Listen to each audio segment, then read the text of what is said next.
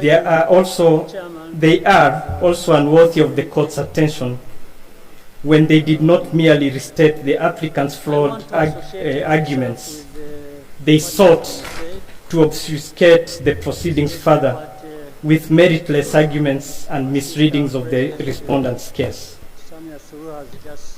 And of course, an even more flagrant example of the applicant's cavalier attitude to these proceedings can be found in its filing duplicative claims before the East African Court of Justice. The applicant failed to disclose these parallel proceedings, disingenuously asserting that there was no ESCJ case when it lodged its application before this honorable court. Yet, within a month, the East African Court of Justice filing was submitted, proving the applicant's knowledge at the relevant time. As we established in the rejoinder, the applicant even attempted to recycle these proceedings documents before the East African Court of Justice, providing irrefutable evidence not only of its attempt to secure duplicative relief, but also that these cases are inextricably linked. It should therefore be clear that the applicant's attempt to conceal its litigation strategy erodes the principles of good governance and transparency essential to international adjudication. We could go on. The procedural record is replete with such guerrilla tactics from the applicant. Suffice it to say that such conduct is not only procedurally improper, but also profoundly to firmly reject such tactics, which, if left unchecked, will diminish its standing and invite further attempts to manipulate these proceedings. Let me also briefly deal with the applicant's flawed approach to this case's lack of legal basis. Beyond its disregard of the applicable procedural rights, the applicant's approach to the case legal issues can only be described as scattershot and impressionistic. The applicant seems to be under the impression that it suffices to invoke a bewildering array of legal instruments and alleged norms without demonstrating their applicability, let alone their ratification or even binding nature upon the respondent. Needless to say, this is not how international justice works. Well, we will later elaborate on why the court lacks jurisdiction to address the merits of the applicant's case. I would like to shortly focus on general approach adopted by the Democratic Republic of Congo in this case. In brief, the applicant's excessive and unfocused strategy appears designed to overwhelm the court with sheer volume rather than to engage meaningfully in its jurisdiction and substantive standards. Indeed, the applicant has failed to establish even the most basic elements of the court's jurisdiction, including the existence of a bona fide legal dispute at the time of filing. President of the court, honorable judges, this lack of focus was even more illustrated in the applicant's failure to entertain or even acknowledge some of the preliminary objections raised by the respondents. The African force was trying its best and we are seeing progress.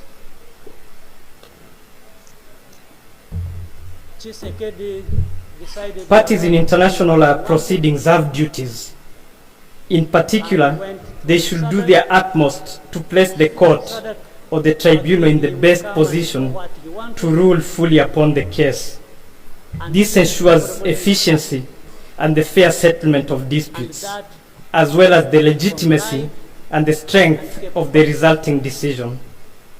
By contrast, the applicant has opted to raise as many arguments as possible while ignoring the respondent's legitimate objections, and is now simply hoping that the court will somehow sort out its case. I think even in East Africa, its last-minute attempt to remedy this lapse in its inadmissible observations only compounded the limitations of this approach. the problem is, Chief amongst the issues that the applicant has failed to deal with, or even the required seriousness, is the exhaustion of local remedies.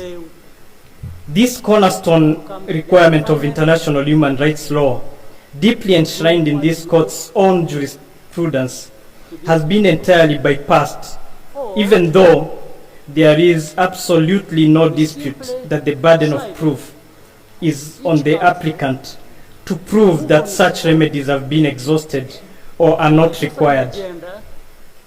The respondent has dealt at length and in details with the judicial mechanisms that were and still are available to the applicant and the individual it purports to represent. These mechanisms are fully operational, accessible, and effective, a fact that the applicant has utterly failed to rebut, preferring to believe that it is not bound by the usual rules of admissibility. This alone would render this application inadmissible.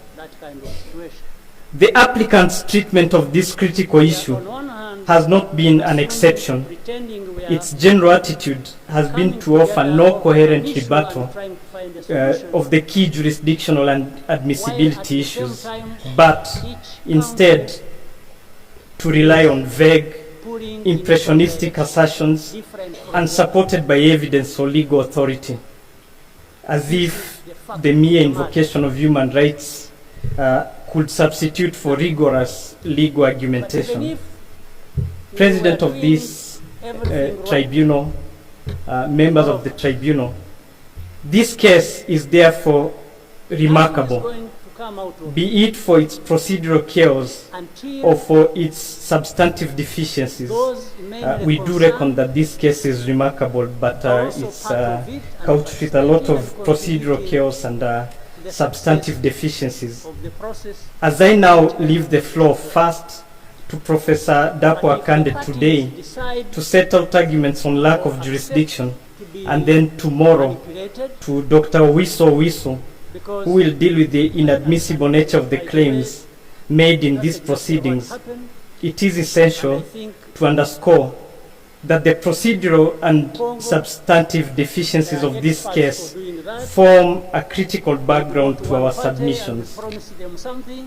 The lack of coherence, procedural lapses, and disregard for established principles must guide this court's understanding of why the application is both inadmissible and outside its jurisdiction. Thank you, Mr. Presiding Judge and Vice President of the Court and the members of the Honorable Court for your kind attention. And I would invite you, Mr. President, to call upon Professor Akande to proceed with the issue on jurisdiction. Thank you very much. SADC was, without any question, coming to assist Tshisekedi to fight alongside FDLR, these murderers of our people here in this country. Mr. Vice President, members of the court, it's an honor to appear before you today and to do so on behalf of the Republic of Rwanda. My task this morning is to set out the argument that the matters that are covered in the application filed by the Democratic Republic of Congo are not within the jurisdiction of this honorable court. I begin by stressing, as our agent has already indicated, that Rwanda has deep respect for the high functions which this court is called upon to fulfill. Rwanda agrees that the court has an important role to play in the protection of human rights in Africa. However, that important role is entrusted to the court strictly within the terms of the African Charter on Human and People's Rights, and particularly within the terms of the protocol on the establishment of this court. The court, as a judicial body, one of the highest judicial bodies on the African continent, performs its functions in accordance with the specific mandate that has been conferred upon it. That specific mandate sets out and defines the jurisdiction of the court, and as will be explained by my colleague Dr. Owiso tomorrow, also sets out the circumstances in which applications are admissible. The court itself recognizes the importance of only determining the merits of applications that are filed by parties in circumstances where those applications fall within the jurisdiction of the court and are admissible.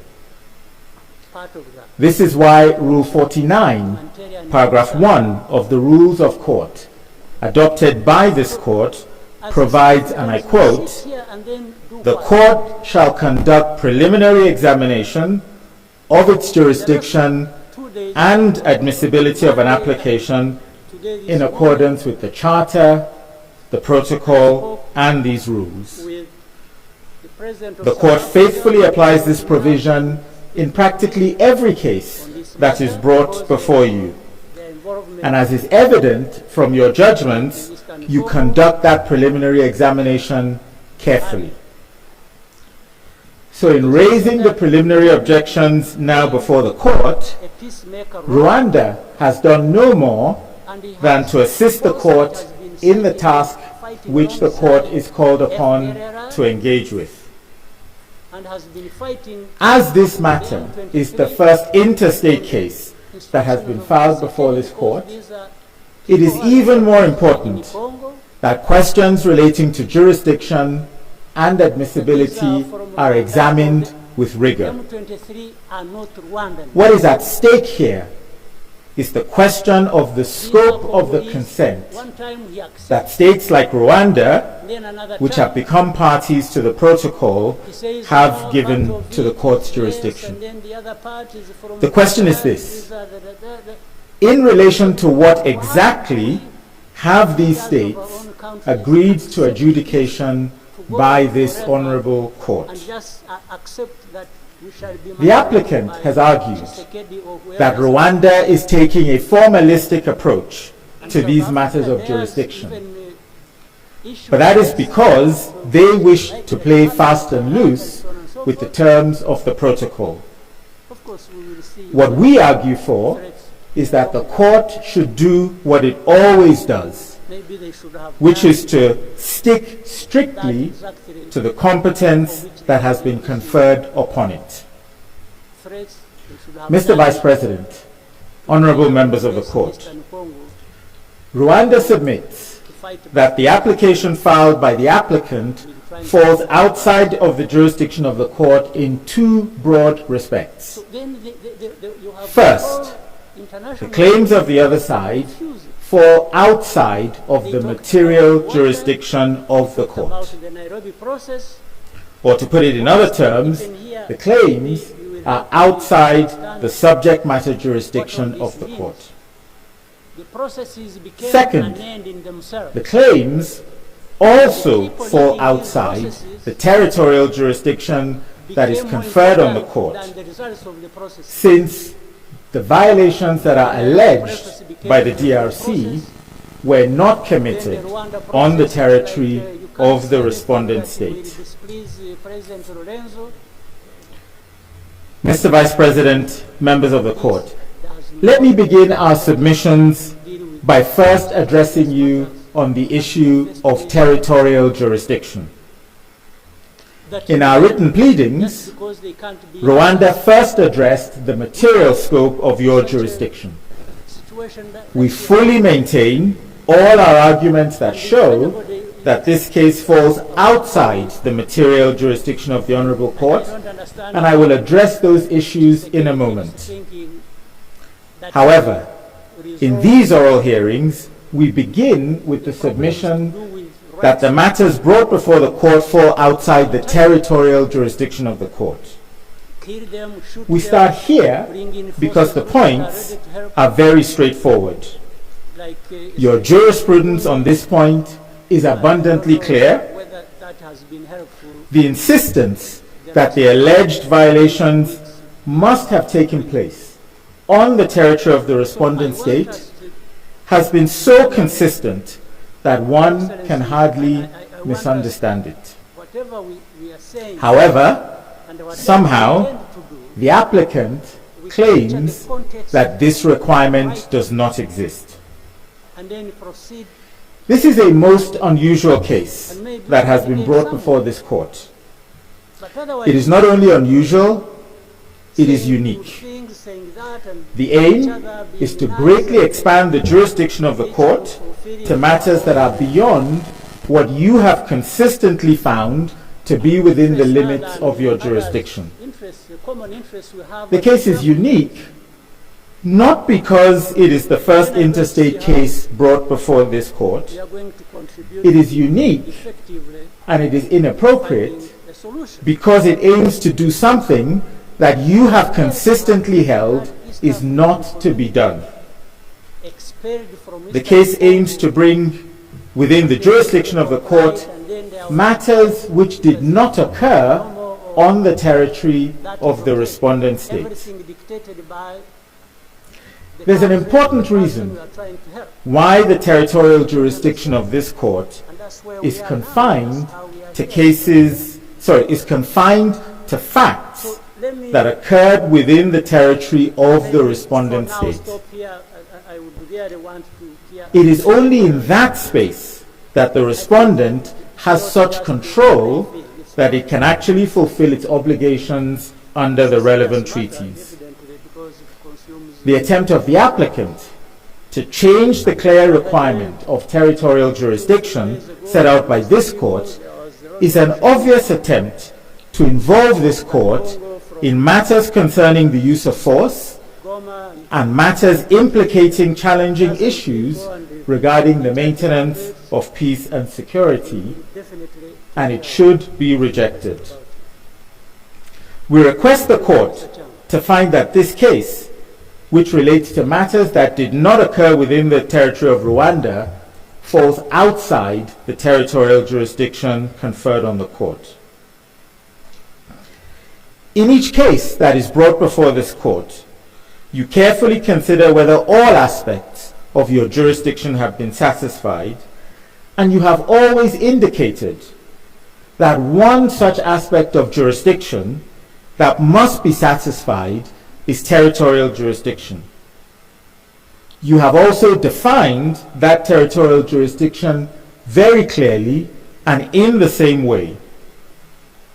In so many cases, more cases than we can cite, but we cite many in our preliminary objections and also in our rejoinder, you have said that there is, and I quote your jurisprudence, there is territorial jurisdiction insofar as the violations alleged by the applicants occurred on the territory of the respondent state. End quote.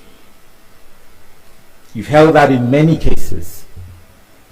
In other cases, you have said essentially the same thing by holding that you have, and again I quote several cases from the court, you have, quote, territorial jurisdiction since the facts of the case occurred in the territory of a state party to the protocol, namely the respondent state. End quote. In both of these formulations, the key point is that the alleged violation of human rights arises on the territory of the respondent state. The applicant seeks to avoid this key point and this court's consistent jurisprudence by making a number of arguments, all of which are ultimately misguided. They say that the relevant criterion is not that the violation occurred on the territory of the respondent state, but in their view, what is key, and I quote their reply, what is key is the state party status under the relevant instruments conferring such jurisdiction on the court. But this argument is plainly wrong. In the first place, there are many cases where this court doesn't even mention doesn't even mention that the facts occur on the territory of a state party when dealing with territorial jurisdiction, but simply indicates that there is territorial jurisdiction because the facts occurred on the territory of the respondent state. Second, to say that the relevant criterion for territorial jurisdiction is the status of the respondent state as a state party to the protocol is to confuse territorial jurisdiction with personal jurisdiction. But the court is not confused.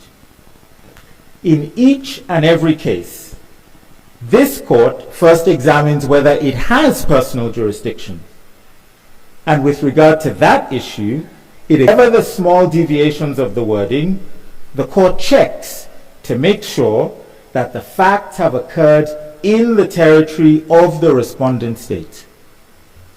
Not just any state, not just any state party to the protocol, the court always determines that it has territorial jurisdiction because the facts have occurred in the territory of the respondent state.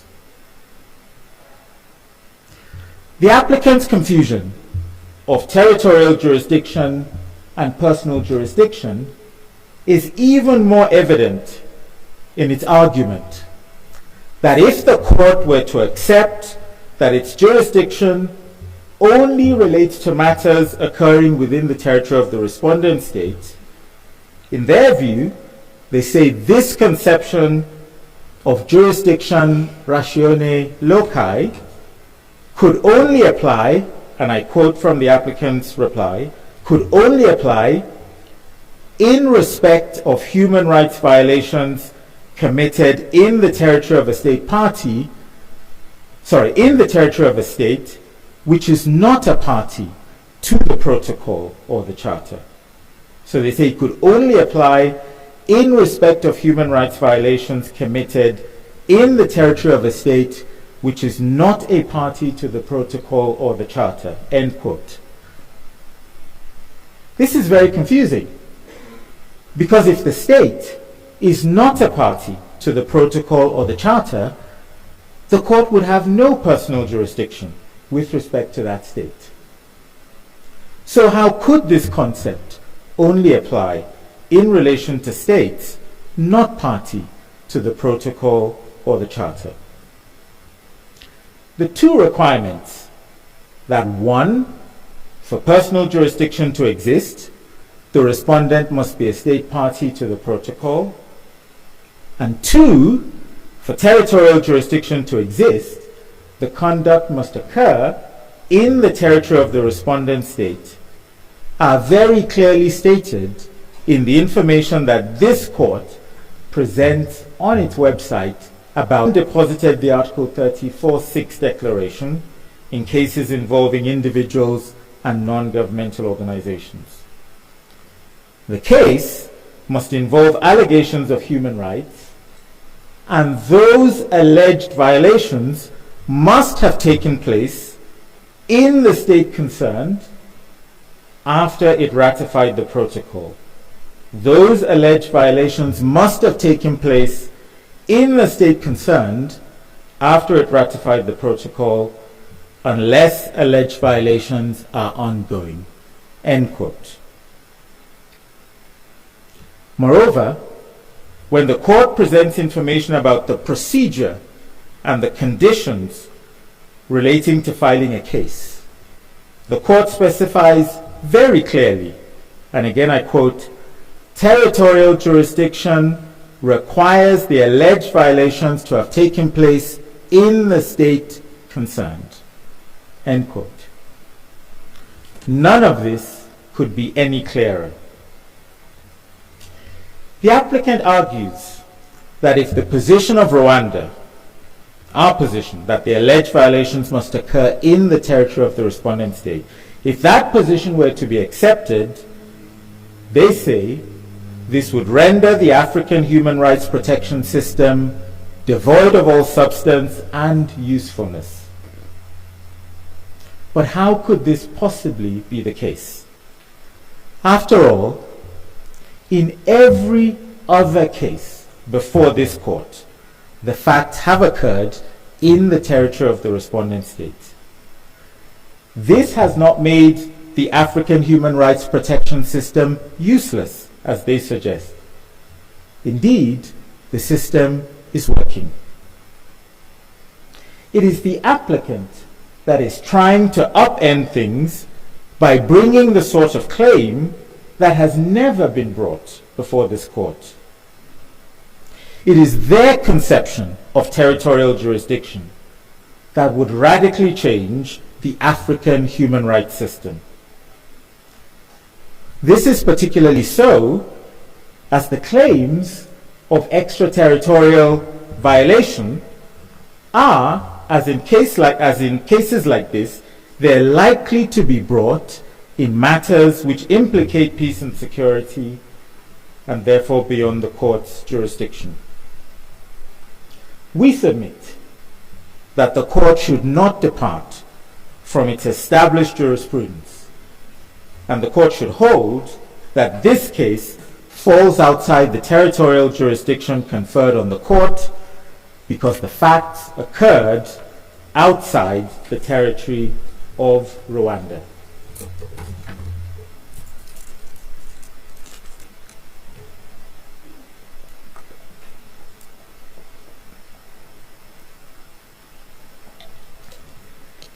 Mr. Vice President, members of the court, permit me now to turn to our submissions that the matters brought before the court are outside the material jurisdiction of the court.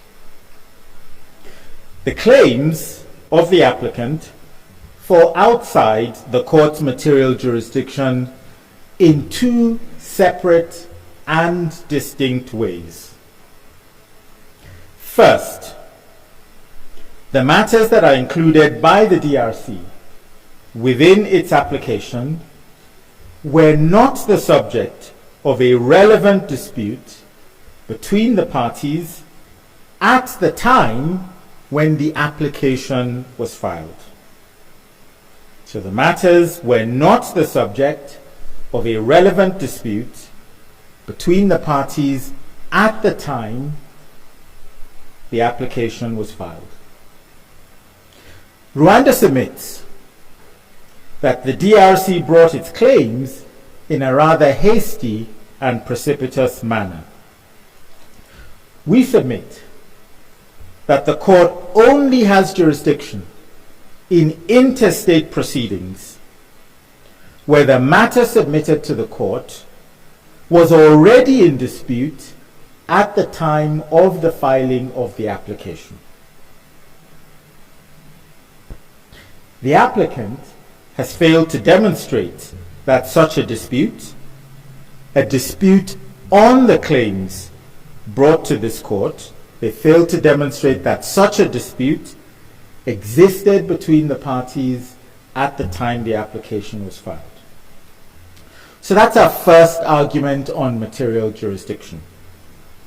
The second reason why at least some of the matters submitted to the court fall outside the court's material jurisdiction is that these matters do not, as required by the protocol, they do not relate to a relevant human rights instrument ratified by Rwanda. So we submit that some of the matters submitted to the court do not relate to a relevant human rights instrument ratified by Rwanda. The scope of the court's jurisdiction is set out in Article 3, Paragraph 1 of the protocol.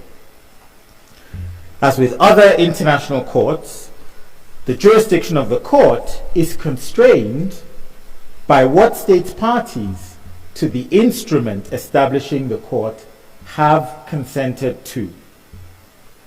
It is this provision, Article 3, Paragraph 1, that sets out what the states parties to the protocol have consented to, and it is important for the court to stay within the limits of that consent. It may be useful to remind ourselves of what Article 3, Paragraph 1 actually says, not least because at times one gets the impression that the other side have paid little attention to the text of the provision. So with your indulgence, let me read it out. It provides, and I quote, "The jurisdiction of the court shall extend to all cases and disputes submitted to it concerning the interpretation and application of the Charter, this protocol, and any other relevant human rights instrument ratified by the states concerned."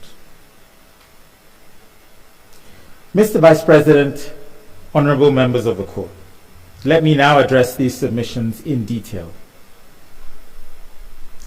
Our first submission on lack of material jurisdiction is that the court lacks material jurisdiction to consider matters in the application filed by the DRC because in interstate cases such as this one, the jurisdiction of the court only extends to disputes which existed between those states at the time when the application was filed. I will first show that this requirement of the existence of a dispute is one that applies to the jurisdiction of this court in interstate cases. I will then show that at the time when the DRC filed its application, there was no dispute between the parties with respect to the matters that fall within the application.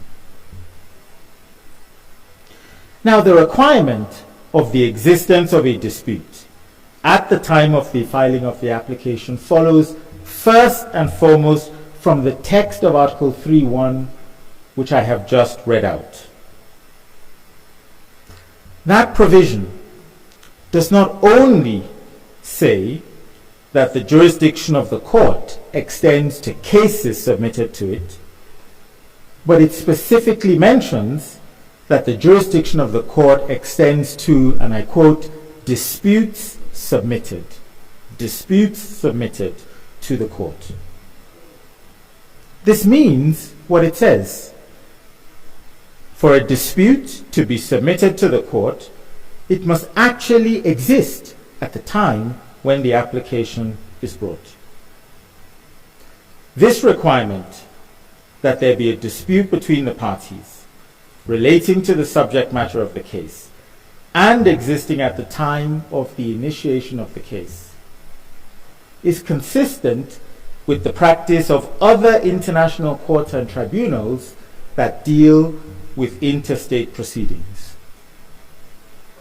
In fact, the language of Article 3 of the protocol, when it speaks of submission of disputes to the court, is reminiscent of the language of the jurisdictional provisions of the statutes of other international courts that deal with interstate cases.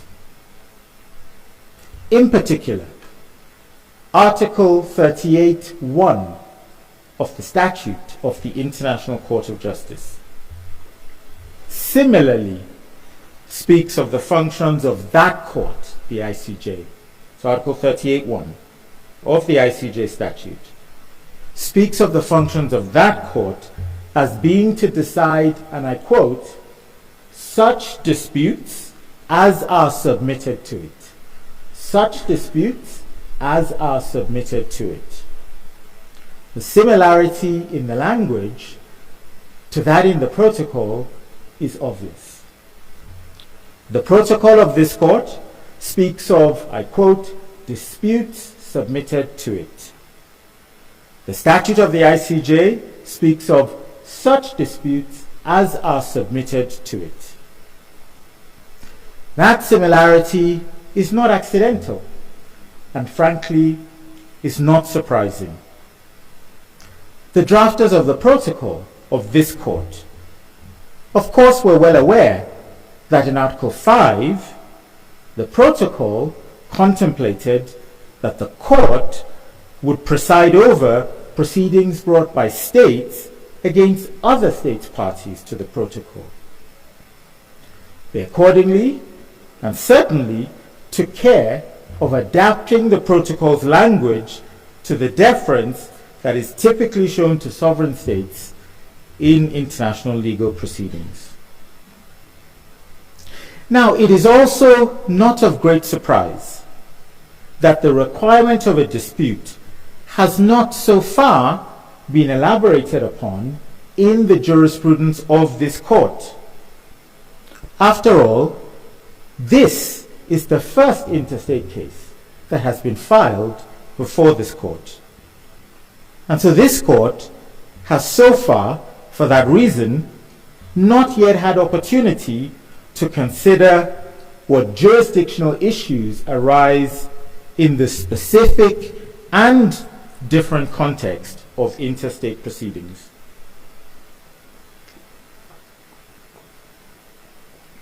If I may say, what is surprising is that the other side suggests that the court should deal with this case just as it had dealt with all the previous cases, though those cases were brought by individuals against states. There are features which are specific to interstate proceedings, reflected in the drafting of that provision, which, as we've just seen, borrows from the language of the ICJ statute. And it is important for those features to be considered in these particular proceedings. Now let us look at the practice of other international tribunals that have in their founding treaties comparable language specifying that the function or the jurisprudence of the court extends to disputes submitted. Let's look at the practice of other tribunals that deal with this language of disputes submitted to the court. The International Court of Justice has held that two things follow from this language of submission of disputes. First, and I quote, the court has said, the existence of a dispute between the parties is thus a condition of the court's jurisdiction. I quote again, the existence of a dispute between the parties is thus a condition for the court's jurisdiction. This is in the case between the Marshall Islands and the United Kingdom. And with your indulgence, Mr. President, all the citations are in our pleadings, and we will also submit them with the notes of these oral pleadings, the citations to these cases. So that's the first thing. The existence of a dispute is thus a condition of the court's jurisdiction. Or as the president of the ICJ stated in that same case, and I quote, the existence of a dispute between the parties to a case is not only a condition for the exercise of the court's jurisdiction, but more fundamentally, a condition for the very existence of that jurisdiction. End quote. The second thing that follows from this language of dispute submitted, is that the court will only have jurisdiction over a particular claim where there was a dispute between the states concerned at the time when the application was filed. The ICJ has put it in this way, and I quote, in principle, the date for determining the existence of a dispute is the date on which the application is submitted to the court. The ICJ has held this in several cases, exactly that same language, and you will find the citations in our pleadings. The court, the ICJ, stated that this condition follows from the language of its statute. Language that we have seen is very similar to the language used in Article 3 of the Protocol of this Court. The language in both instruments is of a dispute being submitted. That submission happens when the application is filed. However, the thing that is being submitted, the dispute, it must actually exist at the time. The alternative is a logical impossibility. States cannot submit a dispute that does not exist. Moreover, states cannot use the filing of a case as a way of manufacturing or creating a dispute. The dispute must exist, and then it is submitted. The applicant in this case argues, despite the clear language of Article 3, that there is no requirement of the existence of a dispute. It seems to be their wish that the court reads Article 3 as if those words, which speaks of disputes submitted to the court, are not present. But the words are there, and the court must give them meaning. It's not entitled to ignore them. The applicants have come up with all manner of arguments to counter this requirement of the existence of a dispute at the time of the filing of the application. They argue that Rwanda's approach is one concerning what they call traditional litigation. And they say that we confuse that kind of litigation with the requirements of human rights litigation. They contend that the procedural requirements of human rights litigation, particularly before this court, are, I quote, generally flexible. That's what they say. They say that the drafters of the protocol, and I quote their reply, intended to create a court that is flexible and adaptable in the exercise of its jurisdiction. End quote. And in this regard, they seek to draw a contrast between how states express their consent to the jurisdiction of the ICJ and this court, as they also draw a contrast between the missions of both courts. In their view, the requirement of the existence of a dispute is pure formalism. Furthermore, the applicants place reliance on the provisions of the African Charter relating to and the practice of the African Commission of Human and People's Rights. They place reliance on the provisions of the African Charter relating to the practice of the African Commission of Human and People's Rights to suggest that even in interstate cases, there is no requirement of the existence of a dispute. Finally, they say that the term case, which you find in the protocol, and the term dispute, which we also find in Article 3.1, they say that these words are to be used interchangeably. They suggest no implication should be drawn from the use of one term or the other. Mr. Vice President, honorable members of the court, each and every one of these arguments is misconceived, and in some cases they are incomprehensible. Let me address them one by one. First, the idea that the requirement of the existence of a dispute is not one which finds a place in human rights litigation flies in the face of the application of that same requirement to several interstate cases concerning human rights and brought under various human rights treaties.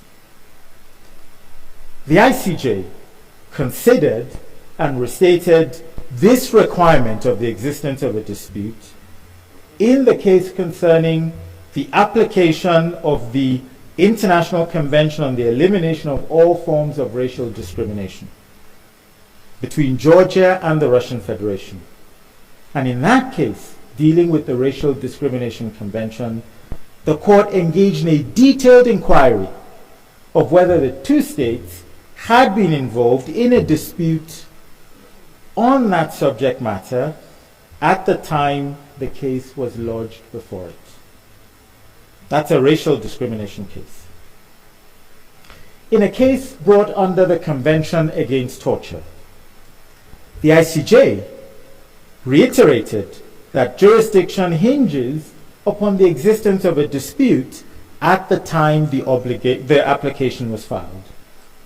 This was a case between Belgium and Senegal regarding the obligation to prosecute or extradite.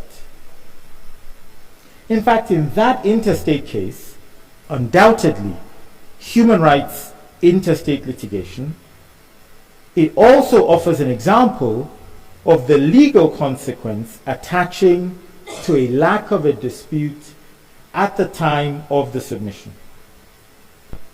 The ICJ not only examined whether a dispute existed between the parties regarding the Torture Convention, it also went on to examine whether a dispute extended to breaches of customary international human rights law.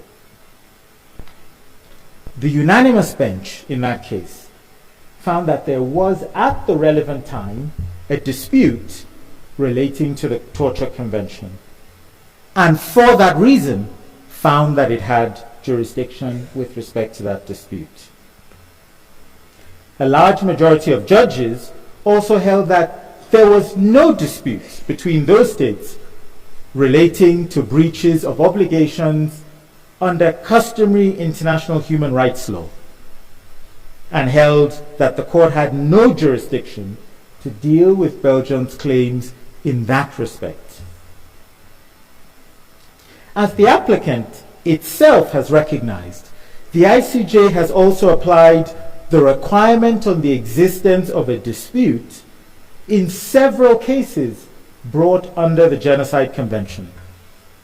It's done so in 3 recent cases, all of which are referred to in the applicant's own reply brief. The case between South Africa and Israel concerning the application of the Genocide Convention in the Gaza Strip, the case between Ukraine and Russia concerning allegations of genocide under the Convention on the Prevention and Punishment of the Crime of Genocide, the case between Gambia and Myanmar concerning the application of the Prevention and Punishment of the Crime of Genocide. All interstate human rights cases, the ICJ applied this requirement that a dispute must exist at the time of submission. Finally, on this point regarding the application to human rights cases, final point here. The DRC is well aware that this requirement of the existence of a dispute also applies in human rights litigation, not merely from all of these other cases, but also from the experience of the DRC itself in prior interstate litigation that it has been involved in relating to human rights. In a case between the same parties as are now before this court, the DRC and Rwanda, the ICJ applied this requirement to a claim that was brought by the DRC in relation to the Convention on the Elimination of Discrimination Against Women, Human Rights Treaty. This is the case concerning armed activities on the territory of the Congo, new application, in which the court found that it lacked jurisdiction, 2006. Mr. Vice President, honorable members of the court, we urge the court to dismiss the submission that this requirement of a dispute does not apply in a case such as this. This requirement follows from the terms of Article 3 of the Protocol, which in turn represents the scope of what the parties to the Protocol have consented to. They have only consented to the jurisdiction of the court in interstate cases insofar as a dispute that actually exists at the time, is submitted to it. The court is bound to respect that consent and thus to respect the jurisdictional limits set out in the protocol. And moreover, there is no reason why the court should depart from the practice of other international courts and tribunals like the ICJ, whose jurisdictional instruments similarly refer to the submission of disputes. The second reason to reject the applicant's arguments as to the existence of a dispute is that it is simply wrong to say that this requirement leads to formalism. As the applicant itself has noted, the ICJ has stated on many occasions, and I quote, "The court's determination of the existence of a dispute is a matter of substance, not form or procedure." There is no formalistic approach to the determination of whether there is a dispute. What is required is an examination of the real state of affairs between the states concerned.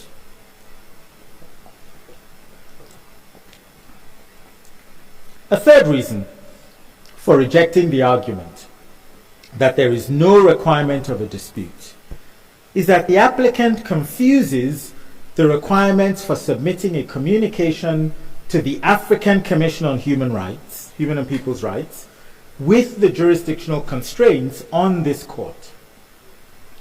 They insist that a state is able to submit a communication directly to the Commission against another state without first bringing the matter to the attention of the state that is complained against. They then say it must also be possible before this court.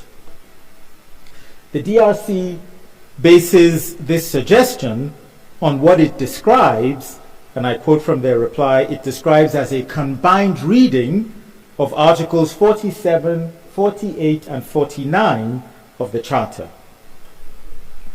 However, reliance here on the provisions of the Charter dealing with submissions of communications to the Commission is misguided.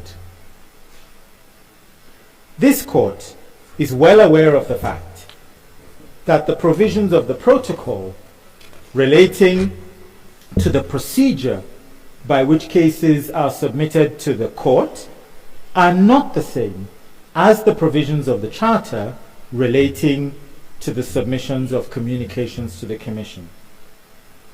As you have previously stated, and I quote, in the case between the African Commission on Human and People's Rights and Kenya, as you stated, and I quote, "The court is of the view that admissibility and other procedures relating to a complaint before the Commission are not necessarily relevant in determining admissibility of an application before this court."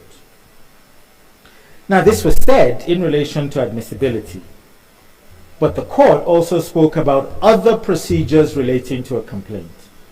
And the same thinking applies also to the rules regarding jurisdiction. Simply put, those rules are not exactly the same for the Commission as for the court.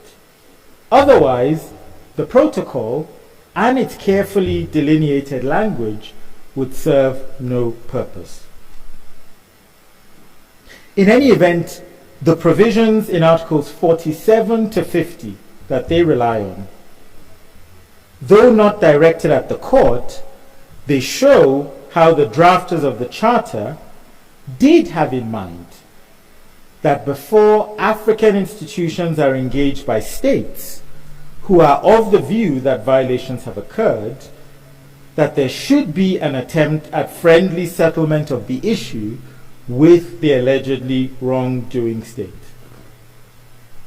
Now, although a state may submit a communication to the African Commission without first having communicated the matter to the state, the Commission is then tasked with seeking a friendly settlement, or what the Charter refers to as an amicable solution.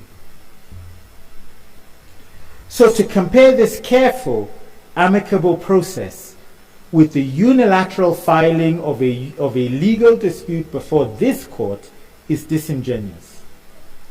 In all matters submitted to the African Commission, there will first have been a process of identifying the dispute, seeking to understand and resolve it in an amicable way before the Commission moves to the merits of the claim.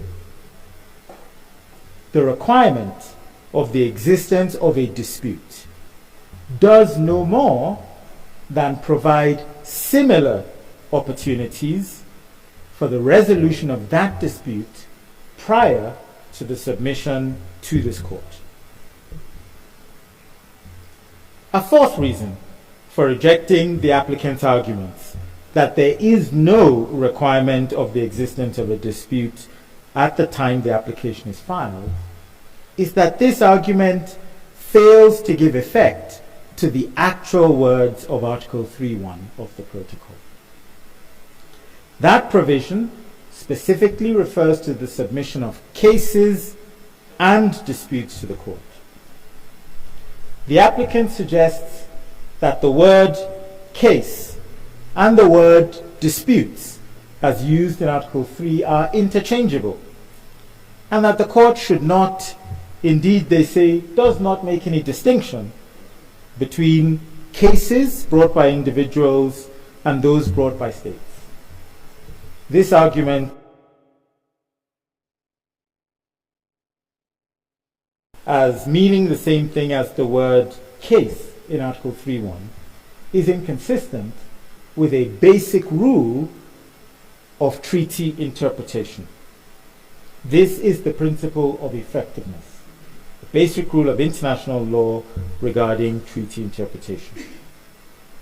According to this principle of effectiveness, it is not open to the interpreter of a treaty to adopt a meaning which would render the text redundant. Words in a treaty must be given effect to. So when Article 3.1 of the Protocol speaks of cases and disputes, the word dispute must be given effect to and cannot simply be interpreted out of the text. The argument of the applicant that case, the word case, and disputes are in this context interchangeable does not stand up to scrutiny because Article 3 uses both. It uses both of these words. It cannot be the case that the drafters meant to speak of the same thing twice. If the two terms are interchangeable, then Article 3.1 is to be interpreted as speaking about the submission of cases and cases, or to be interpreted as speaking of the submission of disputes and disputes.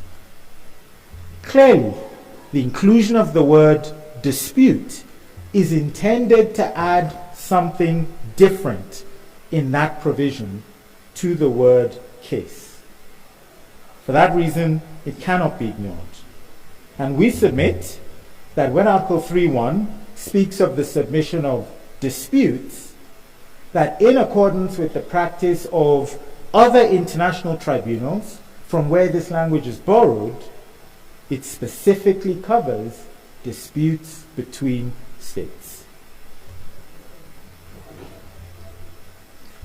Mr. Vice President, honorable members of the court, having established that in interstate cases like this one, the court's jurisdiction only extends to the submission of disputes that were in existence at the time of the filing of the application. Let me now turn to the application of that condition in these proceedings. So what does it mean in these proceedings?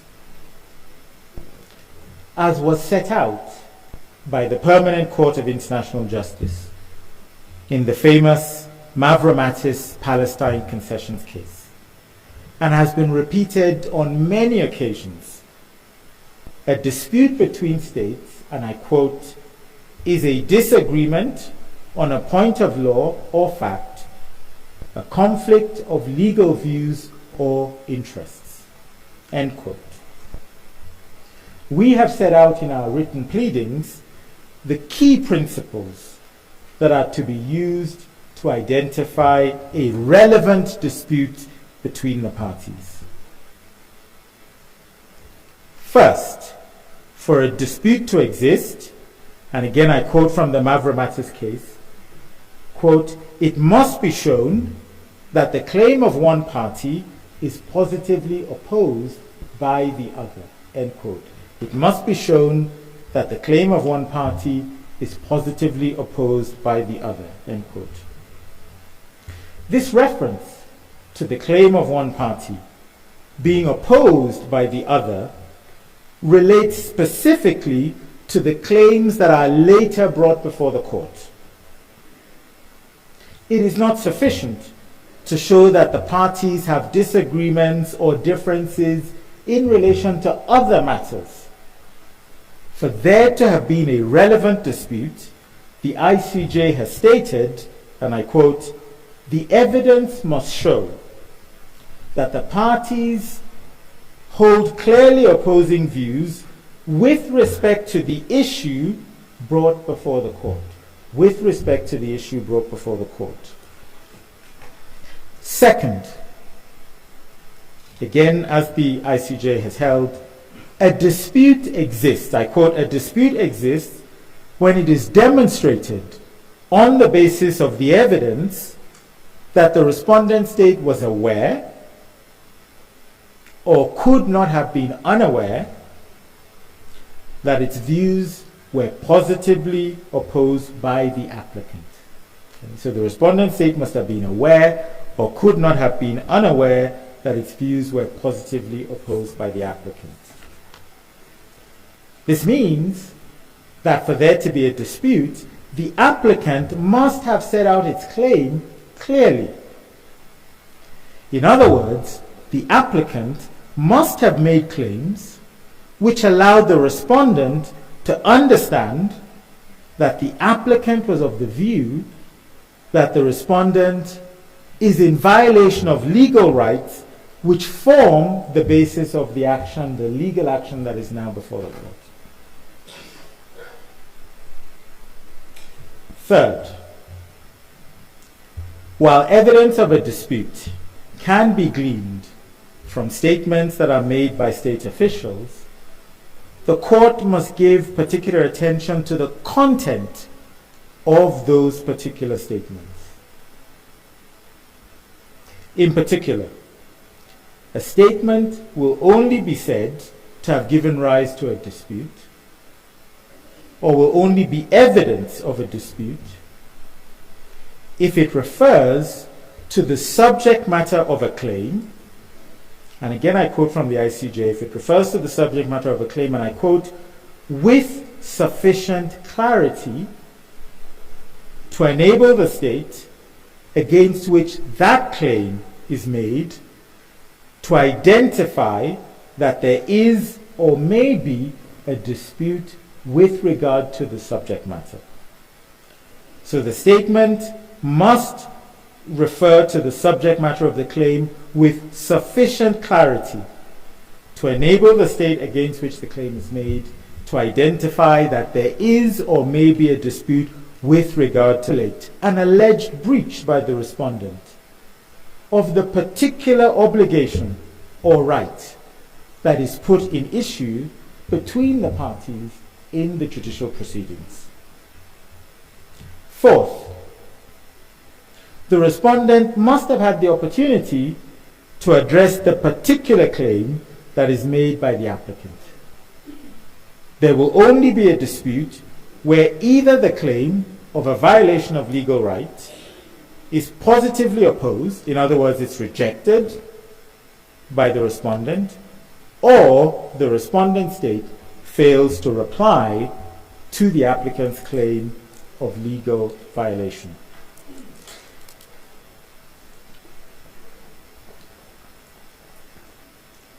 Now, judged against all of these principles, it is manifest that there was no dispute between the parties to this case concerning the claims that properly form the subject matter brought before this court. So there was no dispute between these parties concerning the claims that are now brought before this court. The factual record, even as presented by the applicants, reveal that there was no relevant dispute at the time the DRC filed its application.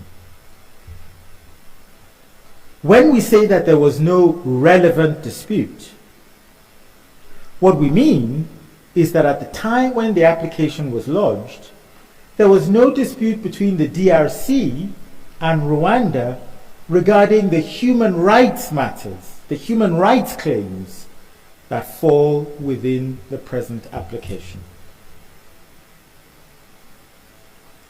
Now, the applicant has tried to overwhelm the court by submitting a multitude of statements and documents which are wholly irrelevant to the issues that properly form the subject of a human rights claim before the court.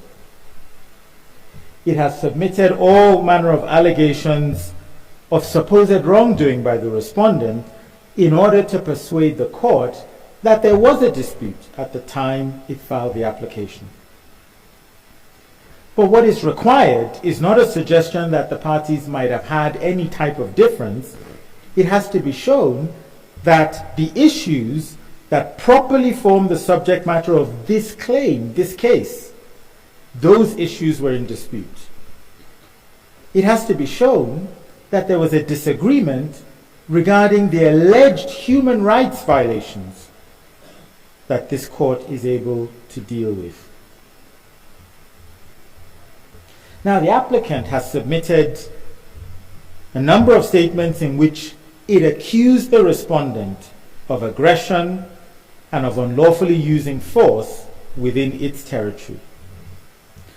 It then suggests that those statements in this regard and their opposition by Rwanda constituted a dispute before the application was filed.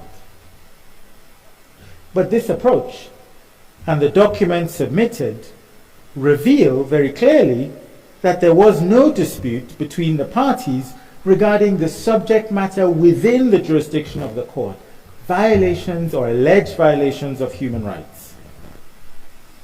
As the court will have noted, the DRC did not, in those documents that it submitted, those documents predating the filing of the application, in those documents it did not allege violations of human rights. They alleged aggression. They alleged unlawful use of force. What those documents show is that the DRC's application is really an attempt to bring matters concerning peace and security before this court. As we will show tomorrow in our presentation on admissibility, this attempt to mischaracterize matters relating to use of force and maintenance of peace and security as within the competence of the court, it permeates the case throughout. And it makes this case inadmissible for several reasons that we will discuss tomorrow. Moreover, as I will show very shortly, claims under the UN Charter, the Charter of the United Nations, under the African Union Constitutive Act, fall outside the jurisdiction of this court, as they are not human rights instruments as set out in Article 3 of the protocol which defines your jurisdiction. But for now, let us look at the statements that the DRC cites in its reply brief as demonstrating the existence of a dispute between the parties. First, there is the statement of the President of the DRC, made in the United Nations General Assembly on the 20th of September 2022. They rely on it in their reply brief. He accused Rwanda of making direct incursions into the territory of the DRC and of engaging in occupation.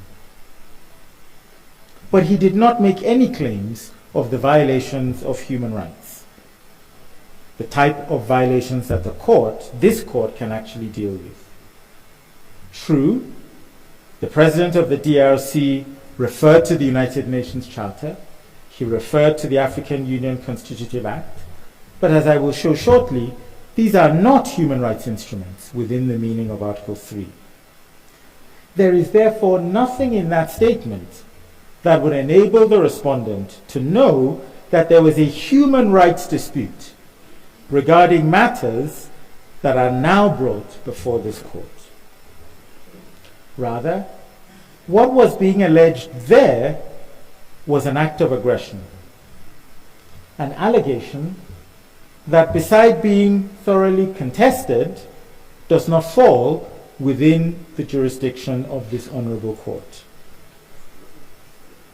The DRC further contends that on the 19th of November 2022, that at the 18th summit of the Organisation Internationale de la Francophonie, that its Prime Minister refused to take a family photo in protest against human rights violations by Rwanda. First, there is no evidence that is given of any particular reasons that were offered at the time by the Prime Minister for refusing to take the photo. Also, it is hard to see how this act of declining to take a photo could possibly fit within the ICJ's jurisprudence that a statement only gives rise to a dispute when it is sufficiently clear in referring to a dispute about the specific subject matter brought to the court. Likewise, in the statement of the DRC's permanent representative to the United Nations, made before the UN Security Council on the 29th of March 2003, there was no mention made of human rights or of any treaties that this court has jurisdiction to apply. Again, the chief leitmotif of these statements is the allegation that Rwanda has committed aggression. But that is not a human rights claim that is justiciable before this court. That is another matter, and that is not the dispute that is submitted to this court. Mr. Vice President, you may be relieved to know, honorable members of the court, we don't have time to go through all the statements that the DRC refers to in its reply. But when you look at them individually and you take them as a whole, a few things emerge. They do not refer to the human rights treaties that are properly within the jurisdiction of the court. They do not even refer to human rights. The DRC has now, in its reply, adopted commentary that liberally asserts violations of human rights. But the statements themselves do not say so. The statements accuse Rwanda of using force, supporting the use of force,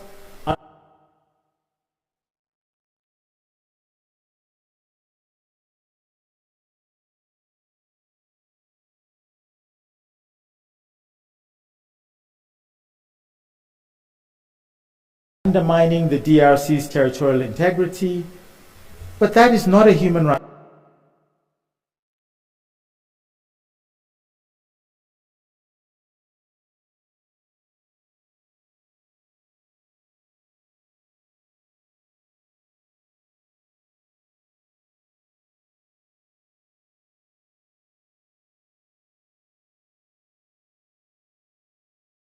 dispute.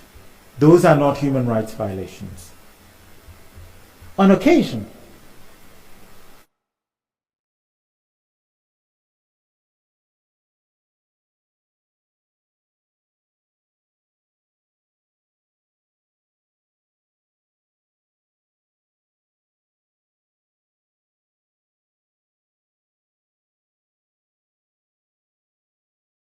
these statements make allegations about specific incidents that they allege has led to loss of life.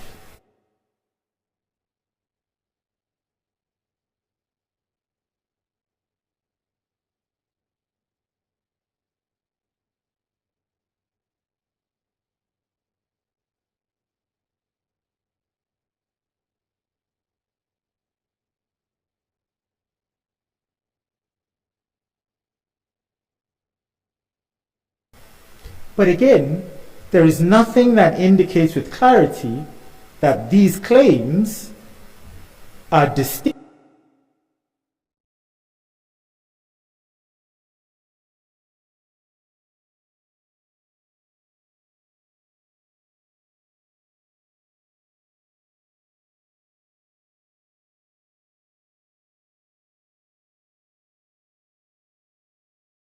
from the usual allegations of violations of territorial integrity or sovereignty, or even an indication that those allegations of loss of life arise from human rights violations. So to conclude,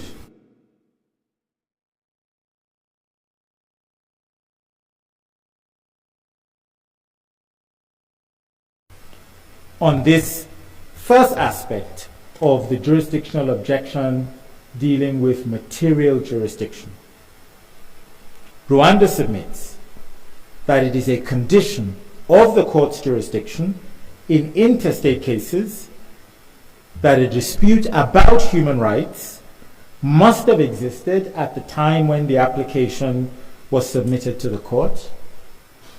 And in our submission, it is very clear that at the time this application was filed, even if there were some differences between the DRC and Rwanda on other matters, it cannot be shown that there was a dispute relating to the human rights treaties or human rights violations that form the basis of the court's jurisdiction.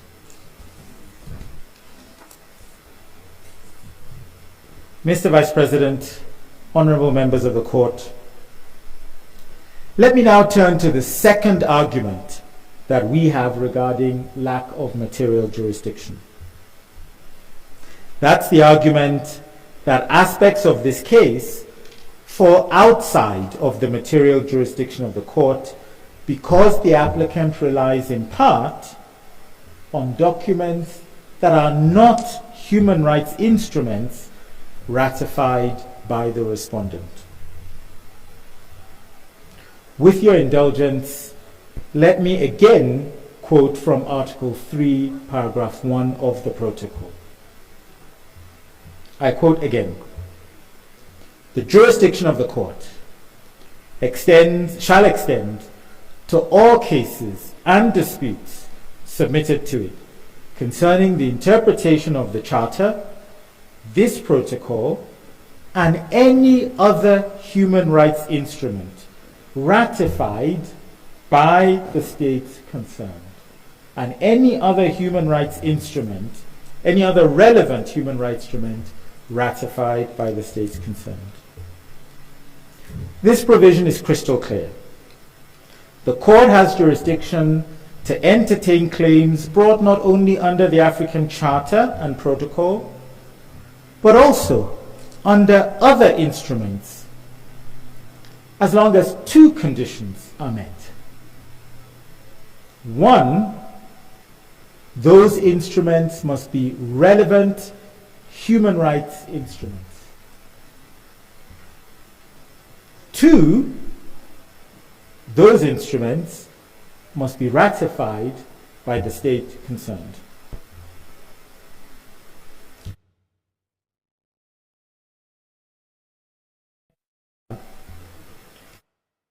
which Rwanda accepts falls within those instruments. The DRC also includes violations of the United Nations Charter, the Constitutive Act of the African Union, the Pact on Security, Stability, Development in the Great Lakes region, the Peace, Security and Cooperation Framework Agreement for the Democratic Republic of Congo and the region. Now, I note that in the application that was originally filed by the DRC, those instruments were referred to, but the DRC did not make it clear that it was alleging a violation of those instruments. However, in its reply brief, the DRC clarifies that it was indeed alleging a violation of these instruments. Rwanda submits that the court does not have jurisdiction to deal with alleged violations of the 4 instruments I have just mentioned. This is because, 1, they're not human rights instruments. In the case of the Great Lakes Pact, and in the case of the Peace, Security and Cooperation Framework, they are not instruments ratified by Rwanda or indeed by any other state because they are not treaties.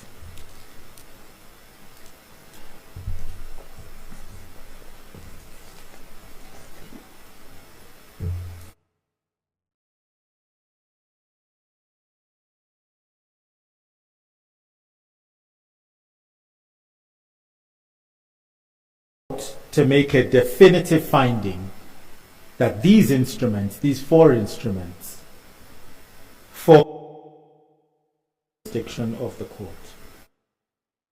It also alleged that some of this conduct also violates the African Charter or other human rights treaties. As a general matter, the jurisdiction of the court is defined by the consent that states have given, and the court should and indeed must always be careful to ensure that it is sticking to the competence it has been given.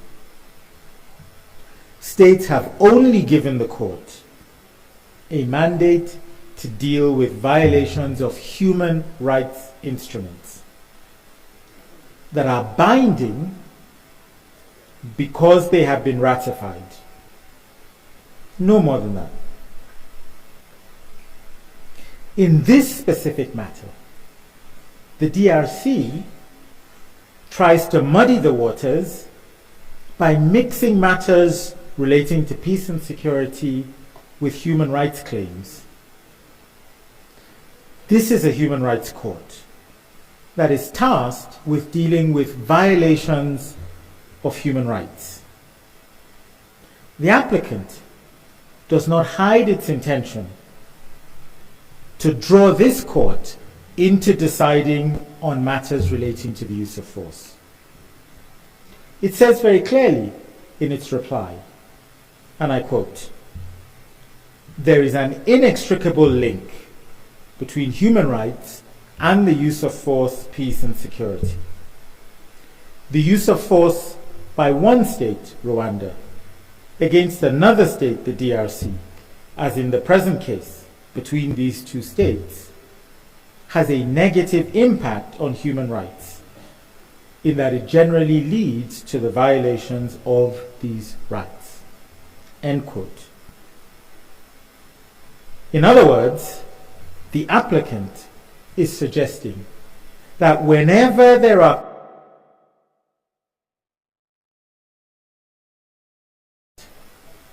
this court will automatically have jurisdiction to deal with such a case under the guise that this is a matter concerning human rights. Nothing will bring this court into greater disrepute than this sort of argument. And such an attempt to broaden the jurisdiction of the court beyond the mandate that it has been given must be rejected.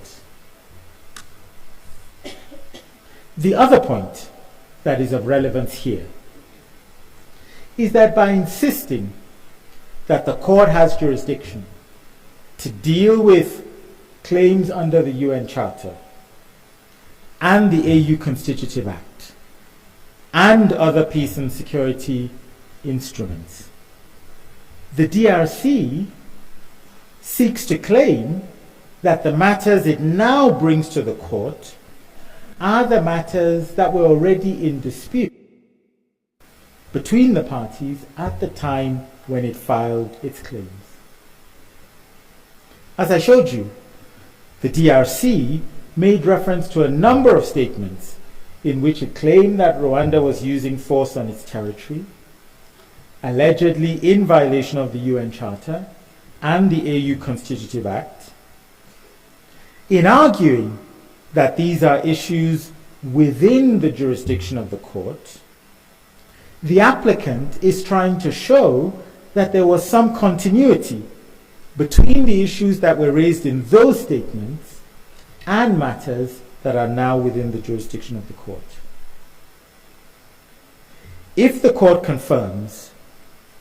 were to confirm that alleged violations of the UN Charter, the AU Constitutive Act, and other instruments relating to peace and security do not fall within the jurisdiction of this court, this would also confirm that there was in fact no dispute between the parties relating to human rights prior to the filing of the application.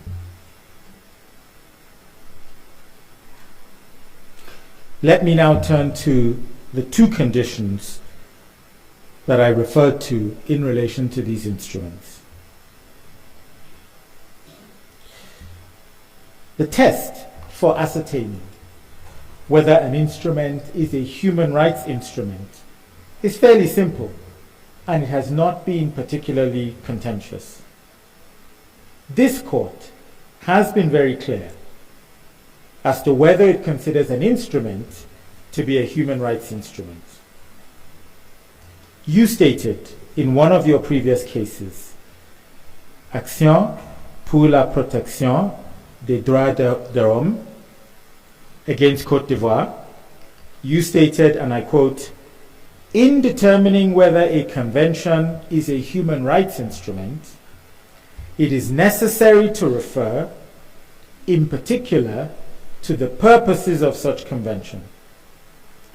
Such purposes are reflected either by an express enunciation of the subjective rights of individuals or groups of individuals, or by mandatory obligations on states parties for the consequent enjoyment of human rights, of the said rights, sorry. I repeat, such purposes are reflected either by an express enunciation of the subjective rights of individuals or groups of individuals, or by mandatory obligations on states parties for the consequent enjoyment of the said rights." The key requirements here are very clear. There has to be an express enunciation of the human rights in question in that instrument, or obligations have to be imposed on states with regard to the said rights, the particular rights that are in issue.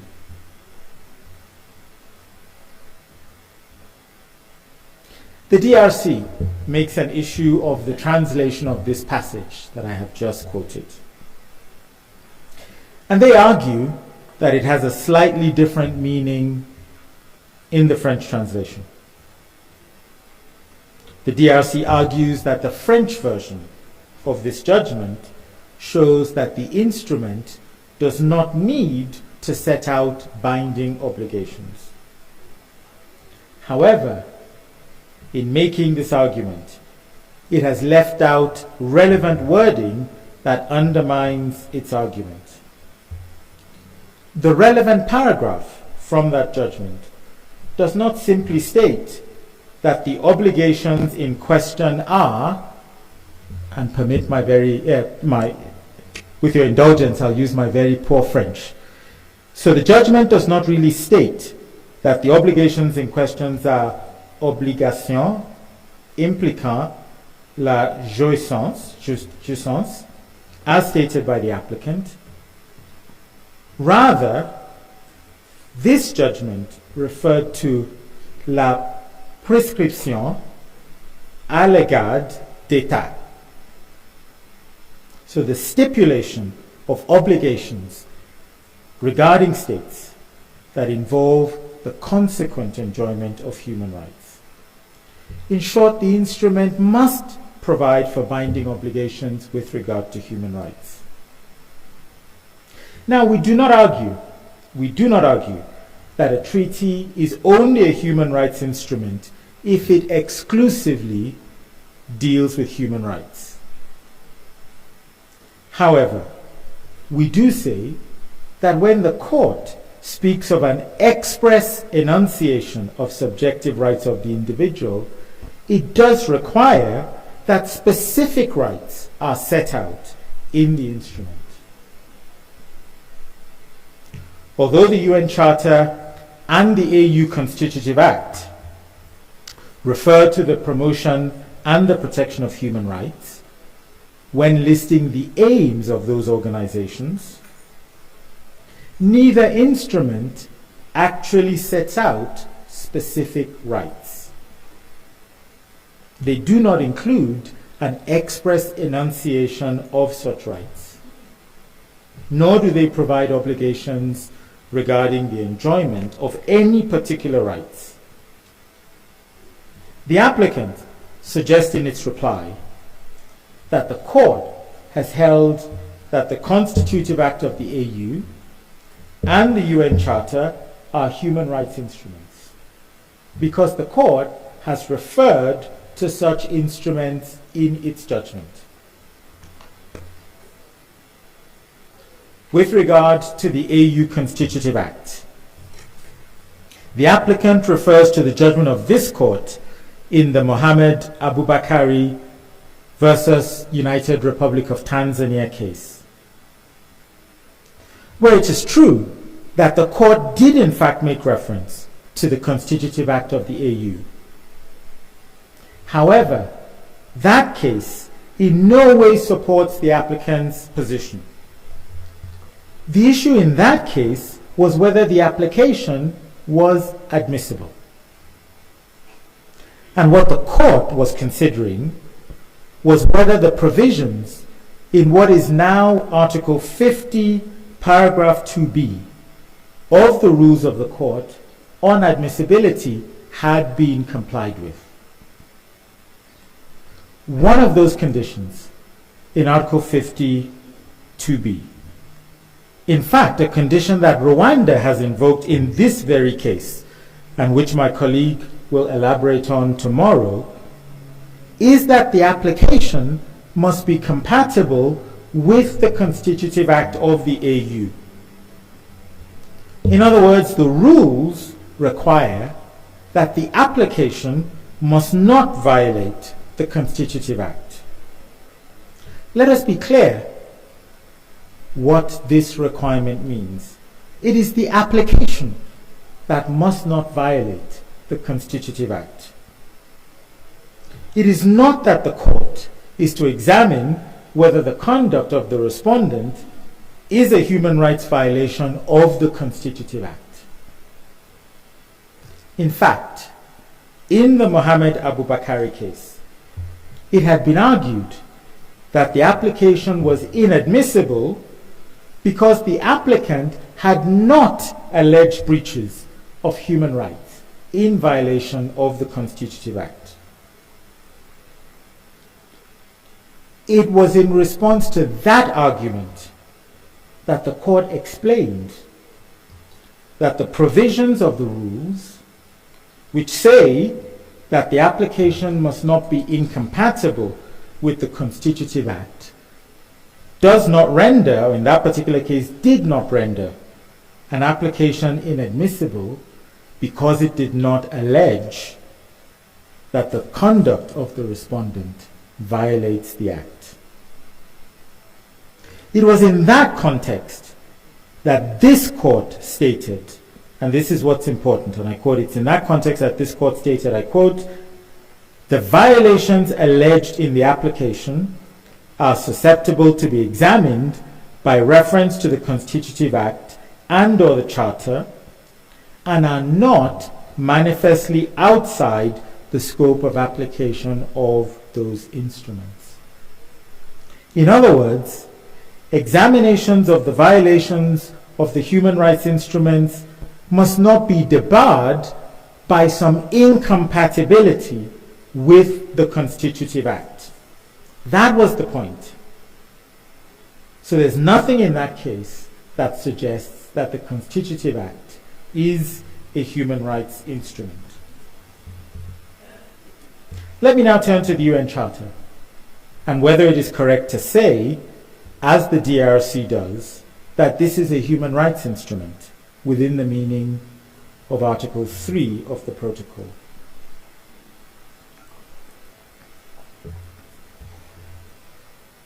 It's true that members of the UN in Articles 55 and 56 of the Charter pledged to take action in cooperation with the United Nations Organization for the achievement of respecting human rights and fundamental freedoms.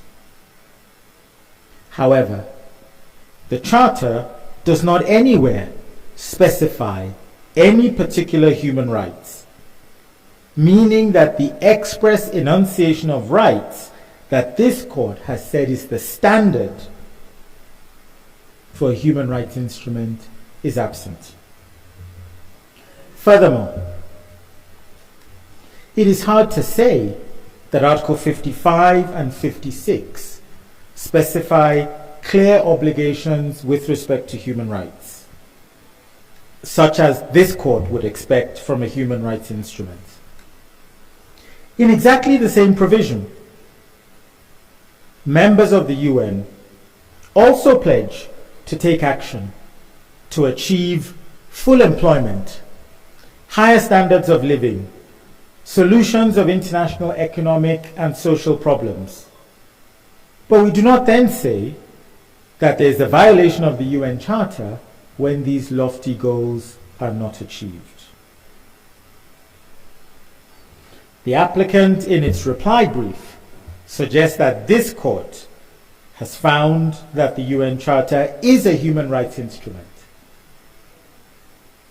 They refer to the case of Frank David Omari and Tanzania. However, this is incorrect, as the applicant again misunderstands the court's reference to the UN Charter in that judgment. In that case, what the court actually said was, and I quote, "In fact, Article 60 of the African Charter authorizes the court to draw inspiration from international law relating to human and people's rights, in particular from various African human rights instruments, the United Nations Charter, the Constitutive Act of the the Charter of the Organization of African Unity, and the Universal Declaration of Human Rights." To understand what the court was saying in that case, it is important to note that Article 60 of the African Charter is actually directed at the Commission. It is the Commission which has a different mandate that is specifically directed to draw inspiration from those materials. Now, this is important because though the court says that it may draw inspiration from those materials, it is clear that the court can only draw inspiration from those materials once it is established that it has jurisdiction. And the court's jurisdiction is only established after it is determined that the application is based on a human right instrument ratified by the state concerned. In fact, it's very clear that in that case, the Omari case, the court was not using those materials to define what is a human rights instrument. Very clear, because the court in that case lists the Universal Declaration of Human Rights, and then the court clearly says that the Universal Declaration of Human Rights is not one of the human rights instruments that fall within Article 3 of the protocol. So all the court was saying is that once jurisdiction is established, it can draw inspiration from international human rights law, for example, to interpret the instruments that are in fact within its jurisdiction. In summary, there is nothing in the court's case law that deviates from the starting point that in determining whether a particular treaty is a human rights instrument within the jurisdiction of the court, that treaty has to contain an express enunciation of the human rights in question. The Constitutive Act of the AU, the United Nations Charter, do not do so, and thus they are not human rights instruments within the meaning of Article 3. Mr. Vice President, honorable members of the court, let me now briefly turn to my final point. And this is the second reason why some of the instruments relied on by the applicant fall outside the material jurisdiction of the court. This is the requirement that not only must the instrument be a human rights instrument, it must be one that is ratified by the states concerned. In other words, the court only has jurisdiction to consider violations of treaties that the respondent state has become party to. Only treaties are ratified by states.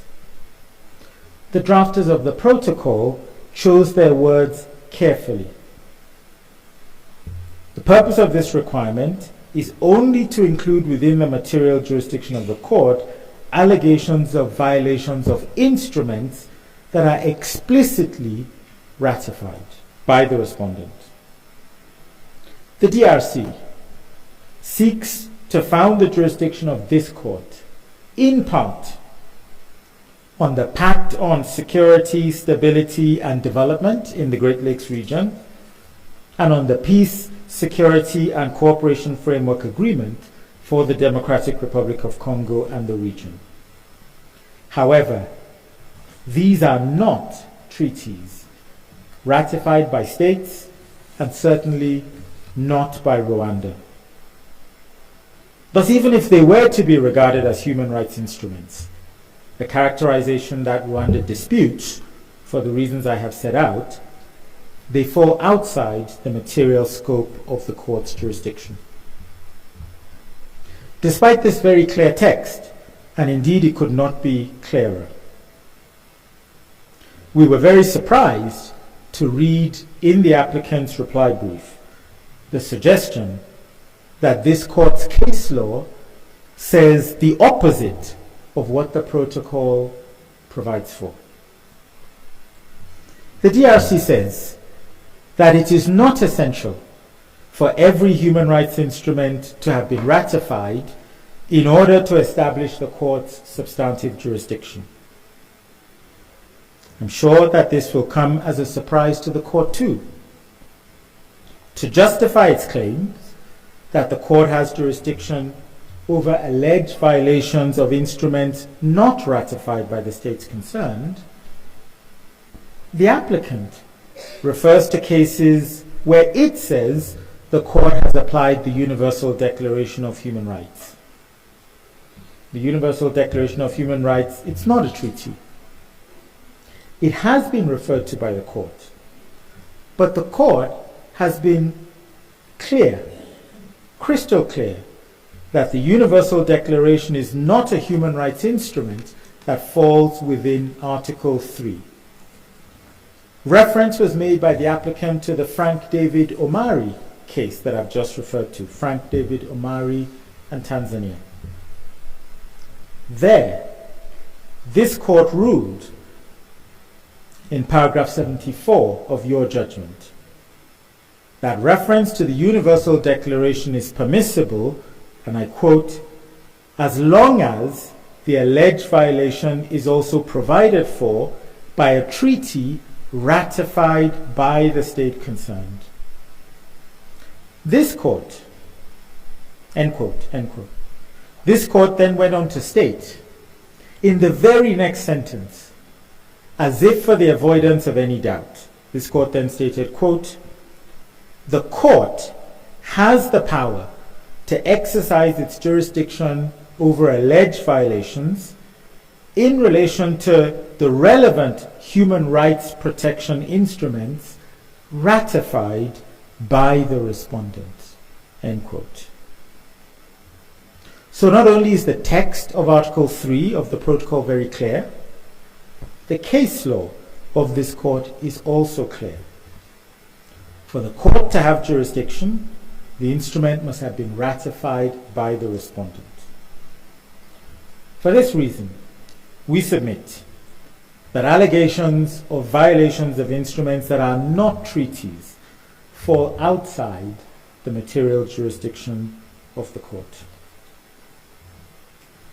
Mr. Vice President, honorable members of the court, with your indulgence, let me bring my presentation to an end by repeating Rwanda's submissions that the application must be dismissed because, one, the case falls outside the territorial jurisdiction of the court, and two, because the case does not fall within the material jurisdiction of this court. Honorable members of the court, this concludes Rwanda's presentation on jurisdiction this morning. I'm very grateful to you for your kind attention.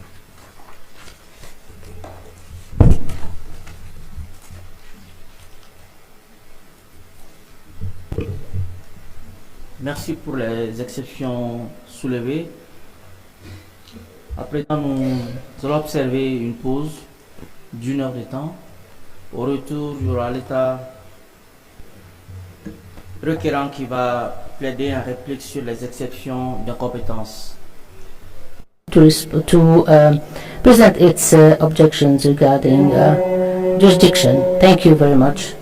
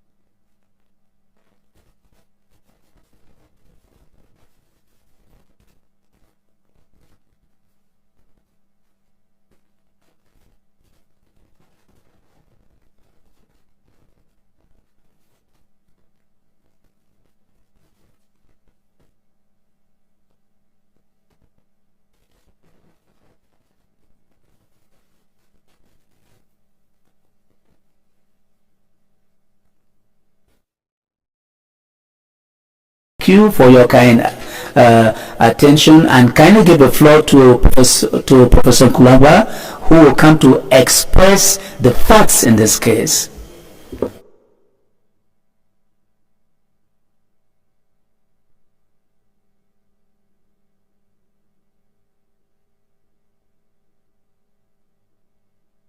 President, honorable judges, I thank you for giving me the floor.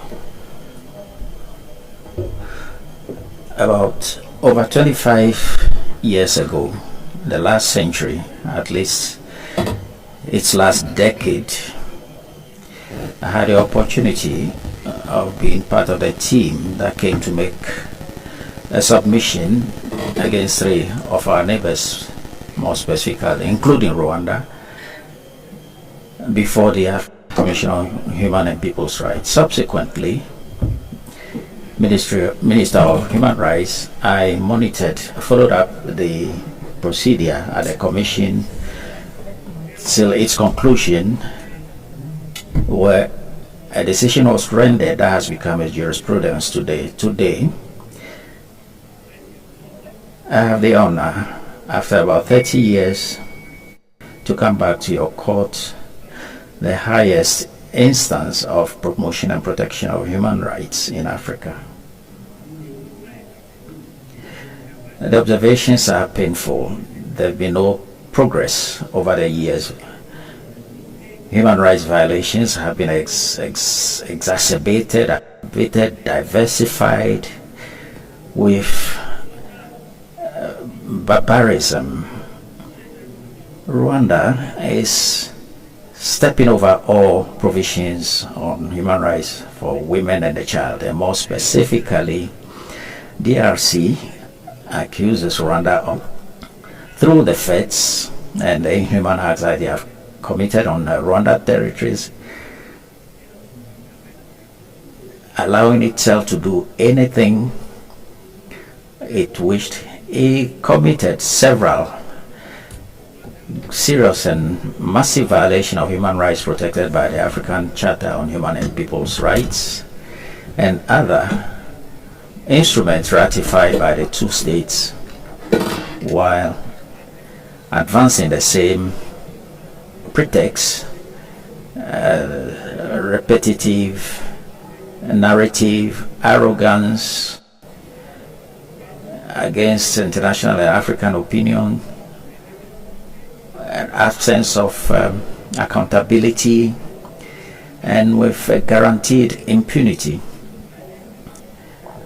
It is rightly that the African Charter on Human and People's Rights thought it proper to conventionalize the right of people to peace, which is royally disregarded by RDF. The flagrant violation of these rights have been translated into a real aggression and territorial occupation of the DRC, led to a bellicose fury in the human rights space, where the rights to peace and dignity of life are guaranteed. The Vice President has said that this is the first of human rights, the right to moral integrity, the prevention of degrading treatment, peace and personal security, the right to education, the right to property, the right to housing, the right to enjoy a better state of physical and mental health, the right to the protection of family, women, the child, and senior citizens, the right to food, which is disregarded in the Goma town where the refugees are displaced, the right to development, the right to environment, the right to effective recourse to justice for reparation, the right to sovereignty. In fact, and looking closely all these gratuitous violation of human rights, of the rights of Congolese, are part and parcel of a genocidal plan, properly thought out, well structured, surreptitiously and maliciously covered by security pretexts. Violations are also grounded on a policy of predation and on the resources of Democratic Republic of Congo. At this stage, we have to talk about the preliminary objections, but the violation of human rights needs to be contextualized, and I'll do that in 4 dimensions. Honorable Vice President, honorable judges, it is a notorious fact that a great number of Rwandan Defense Forces from the Special Forces have invaded the eastern part of the Democratic Republic of Congo since 2021 and have been operating there, sometimes on their own, sometimes in support of terrorist armed groups.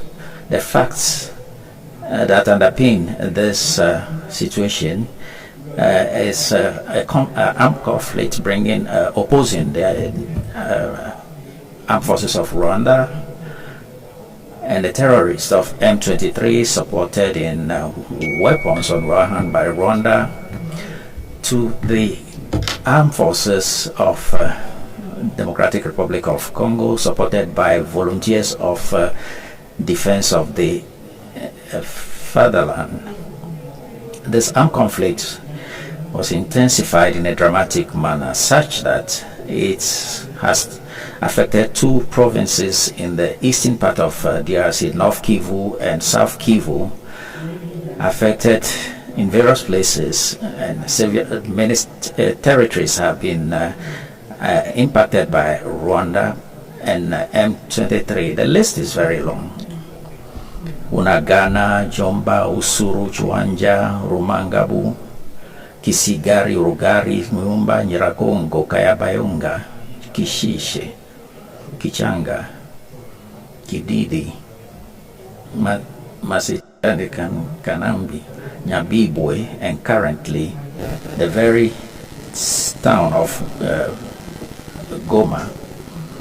According to the UN report 25th December 2024, Rwanda has at least 3,000 to 4,000 troops on the Congolese territory. The number has significantly increased so as to facilitate the invasion and takeover of Goma on 26 January 2025. And many reports, official reports from UN experts and other international organizations, Human Rights Watch, International Red Cross, and so on and so forth. And they have the evidence, and among the documented evidence, the report brings other evidence, including photographic and documentary evidence and aerial images of military operations conducted by soldiers in RDF military uniform in Nyagongo territories in between November 2022 and March 2023. There were military intelligence officers captured, soldiers captured. The evidence, multiple evidence, and at the appropriate time we'll have the opportunity to serve it. More recently, in a report distributed in June 2024, and the FAIR group re-emphasizes the same facts and gives evidence of the presence of Rwandan forces, particularly the special forces on the Congolese territory, and who have conquered many localities.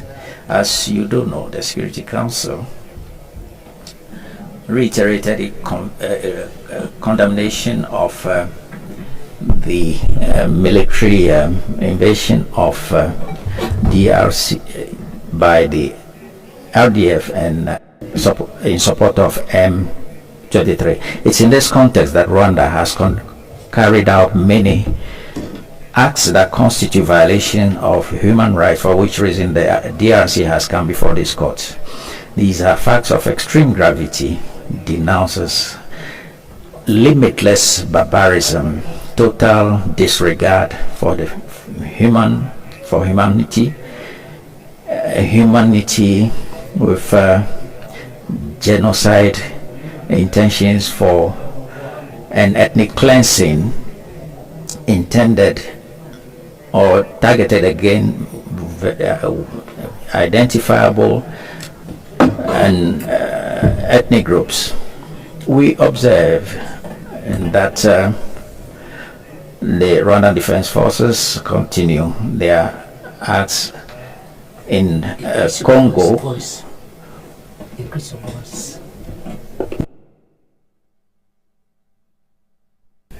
The DRC drew attention of the court to the fact that the ongoing armed conflict is a cause of a serious humanitarian gravity with deplorable consequences and injustice suffering for the population living there. More than 2.4 million internally displaced persons for only the North Kivu province, and to this must be added the 300,000 displaced persons in the outskirts of the Goma city. The internally displaced persons are subject to inhuman living conditions and slow programmed death. The propagation of HIV, AIDS, and diseases having affected the displaced person of the Kanyarushunga and Mugunga by Rwanda and M23. Children enrolled forcefully. The looting of resources, destruction of infrastructure of interest such as hospitals, schools, electrical generating facilities, and cultural facilities.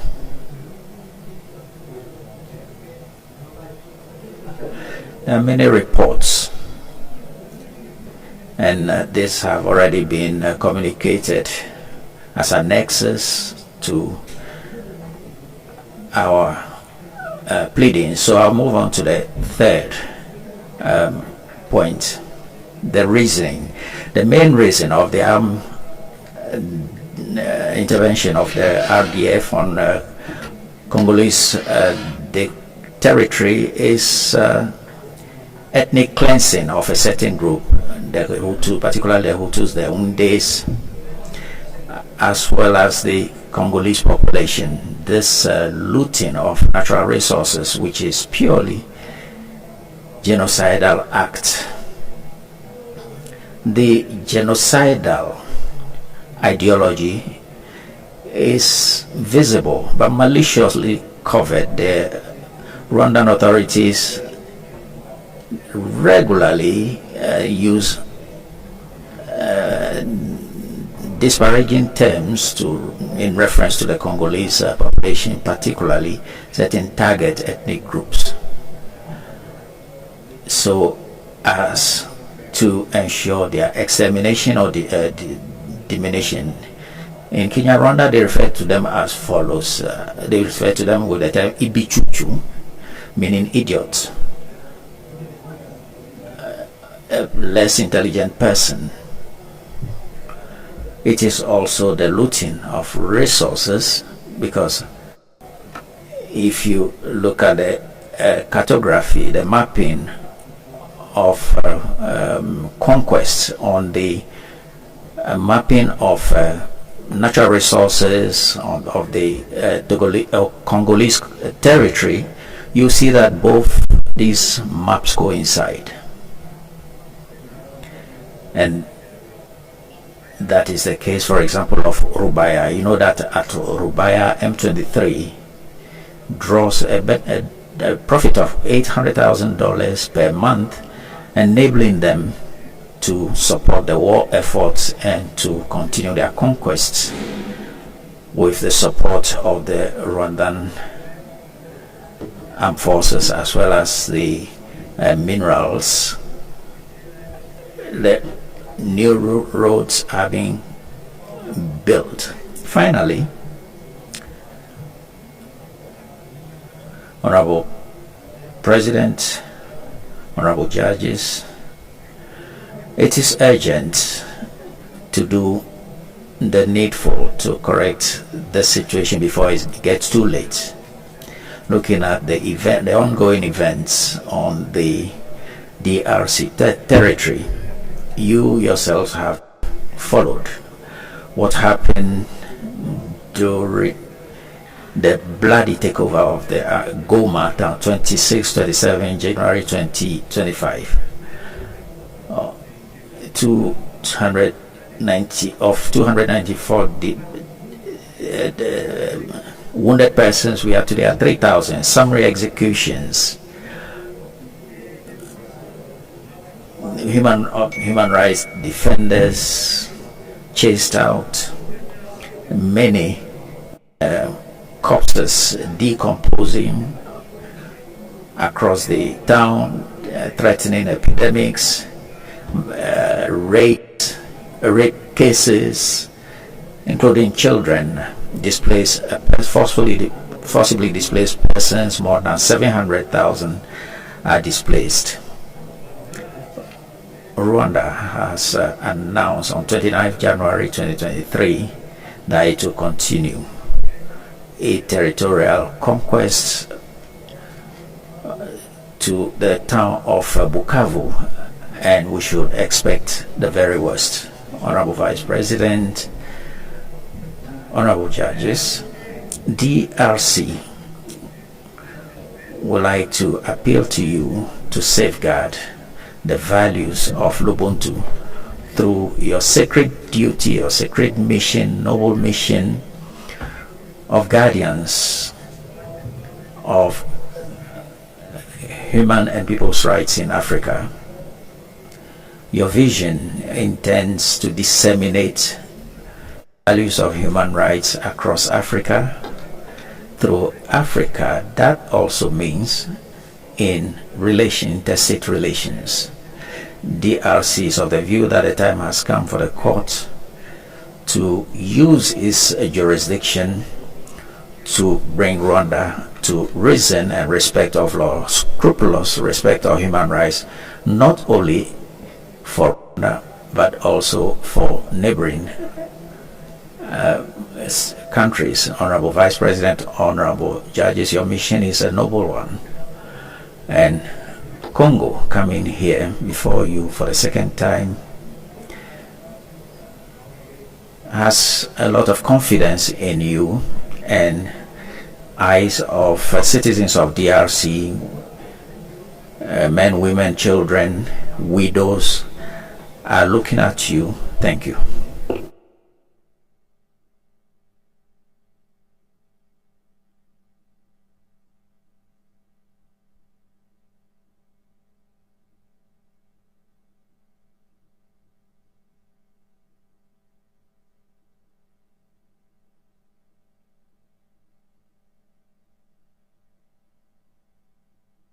President, honorable judges, it is an honor for me to stand before you today, and I would like to prove the material jurisdiction of this court. To that end, I'll be speaking to 4 issues. 1, and to begin, it is undeniable and clear that your material jurisdiction is based on the violations on human and people's rights committed by Rwanda some which were criticized in this application. Rwanda repeats again under Article 3. You heard it this morning of the Ouagadougou Protocol. This claims that this court lacks material jurisdiction to hear the issues raised in the application. To support its reasoning, it refers to a matter between states, and that matters between states should be limited to the conflict between these states at the time of the filing of the application. The applicant, for its part, affirms that the material jurisdiction of this court is established to deal with this matter. Similarly, you have the mission to interpret and apply the African Charter on Human and People's Rights, the protocol, and any other relevant human rights instrument ratified by the states concerned. Mr. Vice President, Honorable Judges, the Democratic Republic of Congo filed an application before you claiming that Rwanda violated principally Article 1, 4, 5, 6, 7, 14, 17, 18, 22, 23, 24 of the African Charter on Human and People's Rights. Articles 3, 4, 10, 11, 12, 15, 18, and 19 of the Protocol to the African Charter on Human and People's Rights on the rights of women, Articles 5 and 11 of the African Charter on the rights and welfare of the child, Articles 2, 6, 7, 8, 9, 10, and 12 of the International Covenant on Civil and Political Rights, Articles 12 and 13 of the International Covenant on Social and Economic Rights. Your court, your abundant jurisprudence in this area reveals that your rational material jurisdiction is established once human rights violations which are referred to are guaranteed by the Charter or any other relevant human rights instrument. You have stated to every respondent state which has tried to go away from this, just as is the case in this matter, you stated in very clear and significant manner. So, by way of example, let's take a few words from the judgment in the matter of Peter Joseph Chacha versus the Republic of Tanzania. In this matter, it was determined, and I quote, as long as the rights which are alleged fall under the Charter or any other relevant human rights instrument ratified by the state concerned, this court will exercise its jurisdiction in the matter.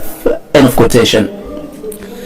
Many separate opinions and individual opinions have gone along the same lines, and that is the case of George Blaise Chikaya in the matter of Uchechura versus Tanzania, where it stated, and I quote, the court has invariably considered, as a matter of fact, that where for it to have jurisdiction, it just suffices that the right whose allegation is referred to is under the Charter and ratified by the state concerned.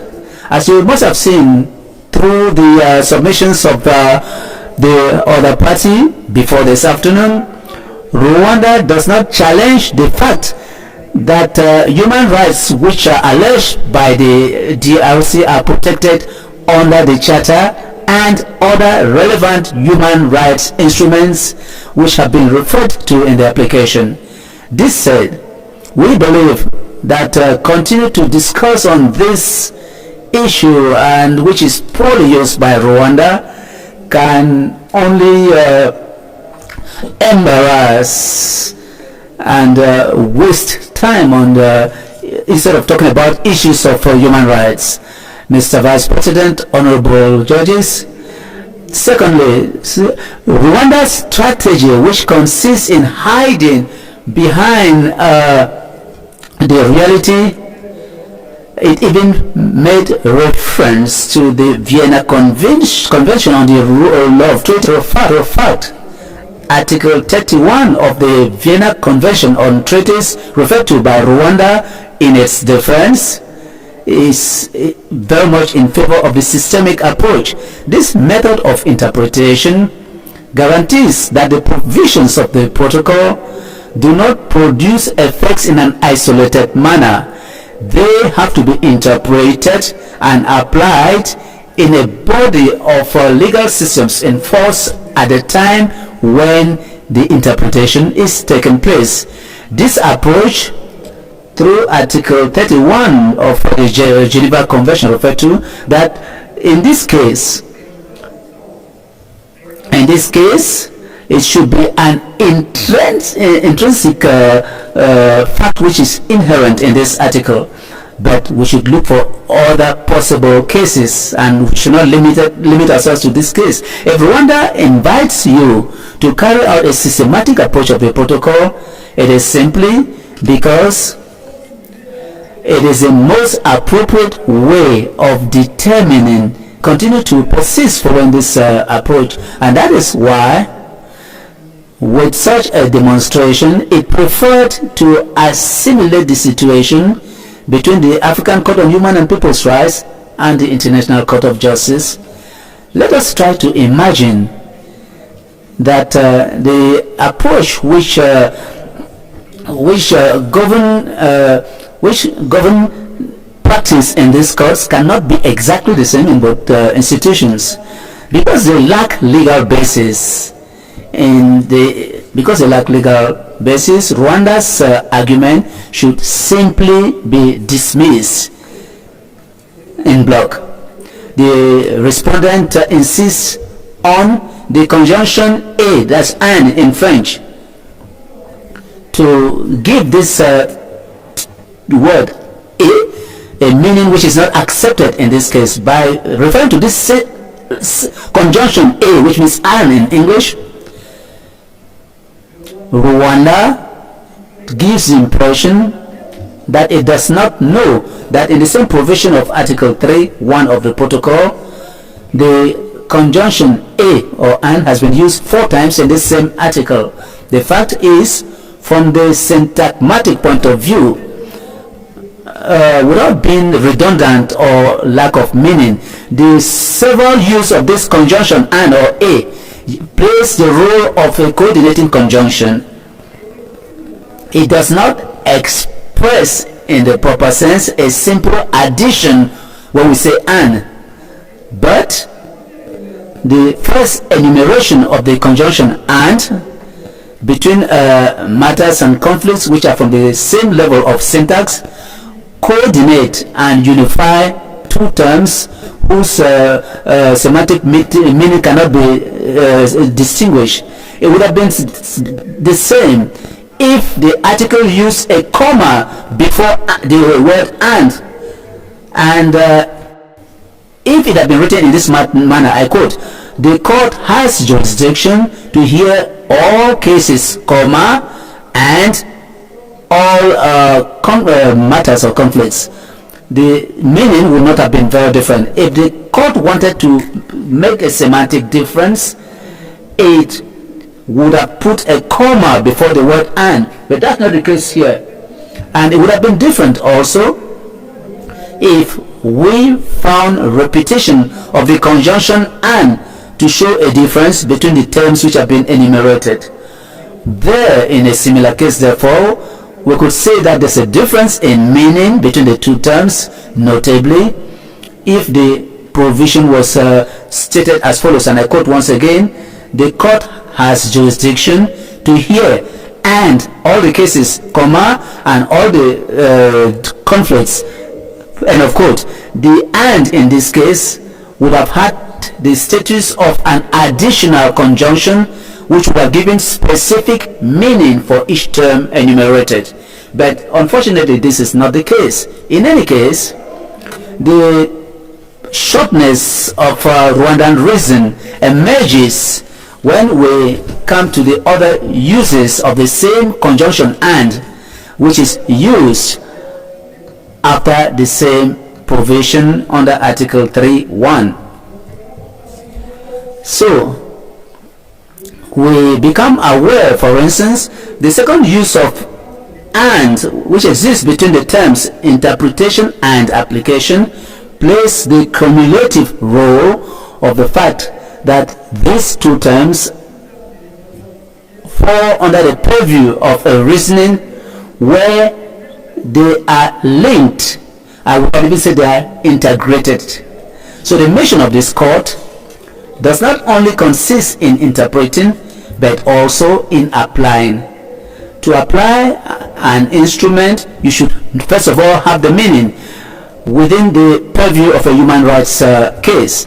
Before this court, the application which they do of the charter, the protocol and other relevant human rights instruments is as a result of interpretation. The third level of meaning of conjunction, of the conjunction "and" in the provision of Article 3(1) is preceded by a comma. And here, the conjunction "and" comes after the enumeration of the charter and the protocol. And here, there's an additional conjunction which is different from the first enumeration of the expression different and case, or matter and case. The third conjunction "and" plays the role of biconditionality because it is required to express a condition which is necessary and sufficient. In other terms, it does not suffice for any other relevant human rights instrument to exist. There's also the condition of being ratified by the states concerned for this court to have jurisdiction to interpret and apply it. This means that the court will have jurisdiction if and only if all other relevant human rights instruments have been ratified by the states concerned. In all, following every logic, the DRC considers that every good interpretation cannot admit that the term "différent" and "affaire" before this court should be used indistinctively to refer to the word conflict, an ordinary conflict between two parties before the court, where one is an individual or a state alleges the violation of human rights claimed to have been committed by the other, or a state where the first holds the second as being responsible. The jurisprudence of this court is indeed a reference which we cannot set aside, and it is a testimony of the fact that the court alternatively uses the term "différent" or the term "affaire" for individual cases, just as it does for interstate cases.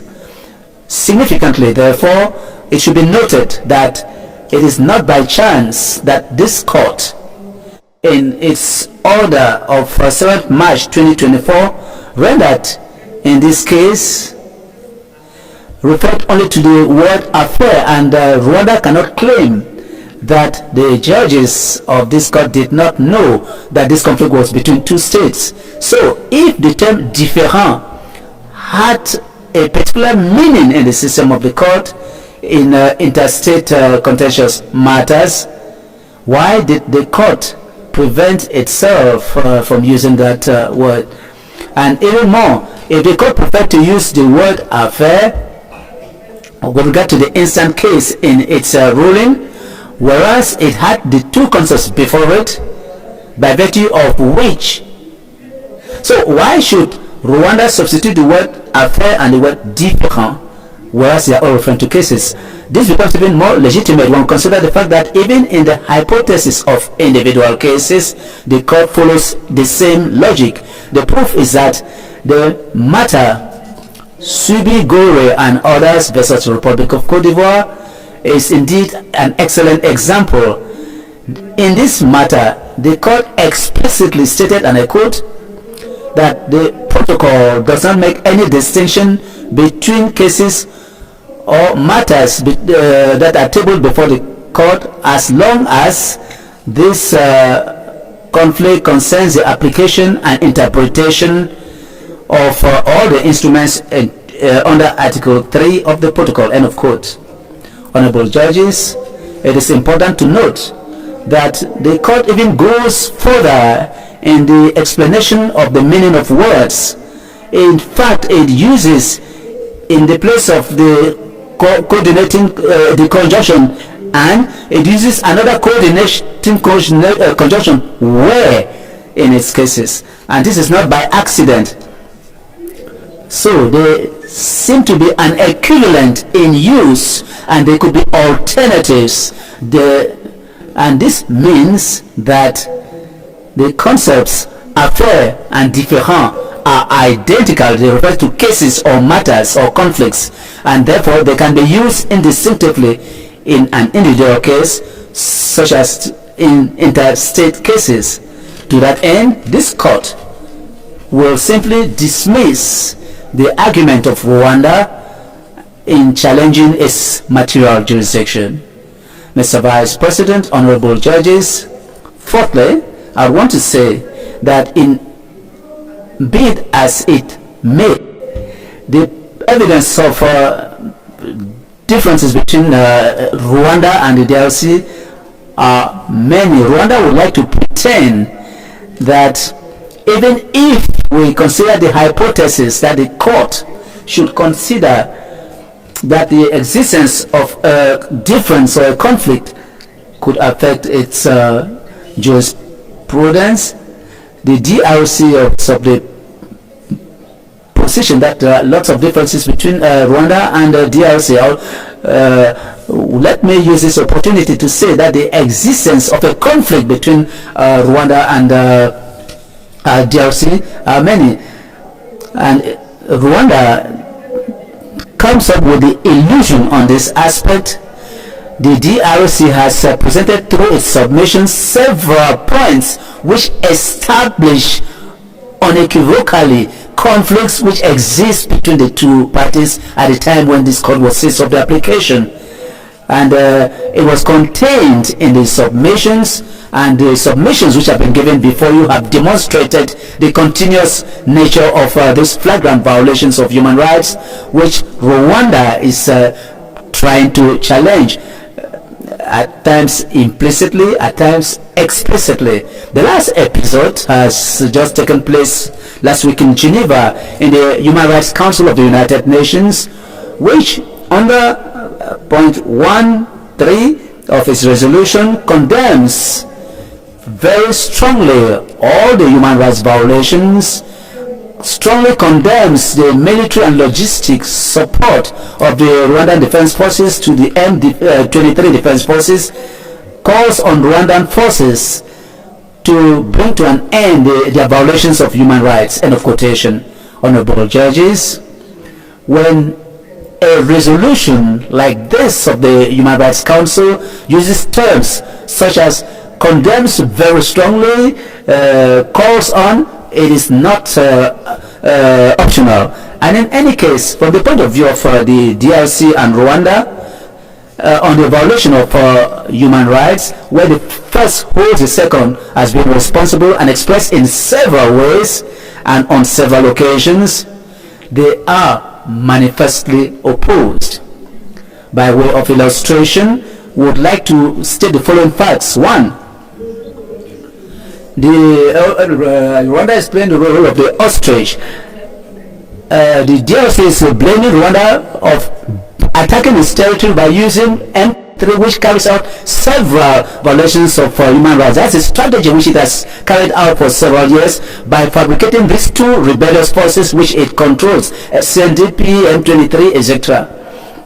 For its part, Rwanda denies categorically by claiming that the conflict between the M23 and the government of Congo is a domestic problem, and that Rwanda should not be taken as a scapegoat or be assimilated to M23. However, while Kigali blames Kinshasa of habitating a group which was in charge of the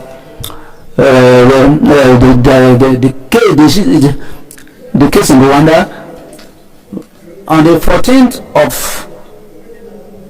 2022, a UN representative wrote to the Security Council where a letter of the Minister of Foreign Affairs of DRC was annexed, and it stated clearly that there were accusations of human rights violations committed on the 10th of June 2022 at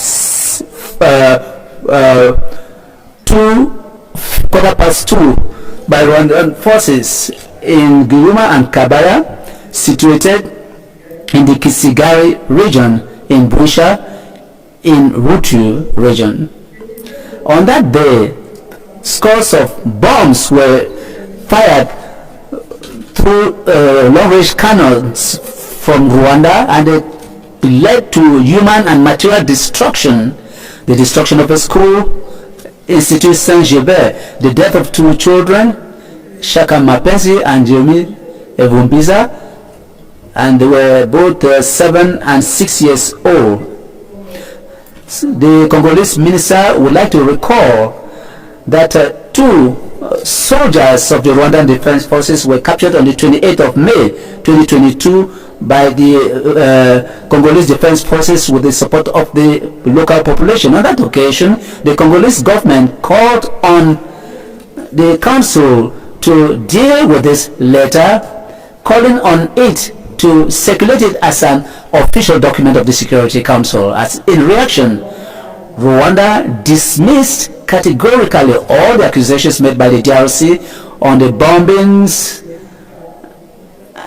on its territory. And with regard to its soldiers who were captured, the government of Kigali stated that the 2 soldiers of the Rwandan Defense Forces were kidnapped on the 28th of May 2022 by a joint force, FADC and FDL, whereas these soldiers were patrolling the borders between the DRC and Rwanda. Thirdly, and just by indication, during the meeting of the Security Council on the 9th of December 2022, the Congolese Minister of Foreign Affairs clearly underscored the responsibility of Rwanda in the massacre of Congolese population on the 28th and 29th of November 2022 at Kishishe and Bambo in Hutu territory. Mr. Vice President, honorable judges, the tragedy of that day, which should be called the Kishishe genocide, was indeed particularly cruel, because it was planned and it led to the massacre, systematic massacre of the population. And if we look at this situation, even people who were sick in hospital were killed. People were hiding in schools and in churches were killed. Rwanda expressed, in accordance with its traditional rhetoric, a categorical denial of these accusations. In a communique published on the 22nd of December 2022, they protested in these words, I quote, "Trying to deal with complex situations by repeating and applying false accusations of the government of the DRC cannot lead to a sustainable solution. Notably, the mediatization of the massacres of Kishishe, which is fabricated by the government of the DRC, which it attributed to M23, and without any investigations, this spread far and wide. Whereas there are indications that, on the contrary, there was confrontation between the M23 and illegal armed groups related to FDC. End of quote. Mr. Vice President, honorable judges, it emerges from all what follows and the affirmations contained in the submission of the DRC that Rwanda was aware of these allegations of the applicant and reacted by protesting against some of the accusations. At times, Rwanda relies on eloquent silence, and when it is blamed for carrying out genocide on Congolese territory. For all these reasons, the applicant praised this court to dismiss the claims of the respondent state and to declare that it has material jurisdiction. While I would like to thank you all for your attention, I'd like to pray you, Mr. Vice President, and the court to give the floor to Barrister Marcel Muchunga to talk about territorial jurisdiction. I would like to thank you.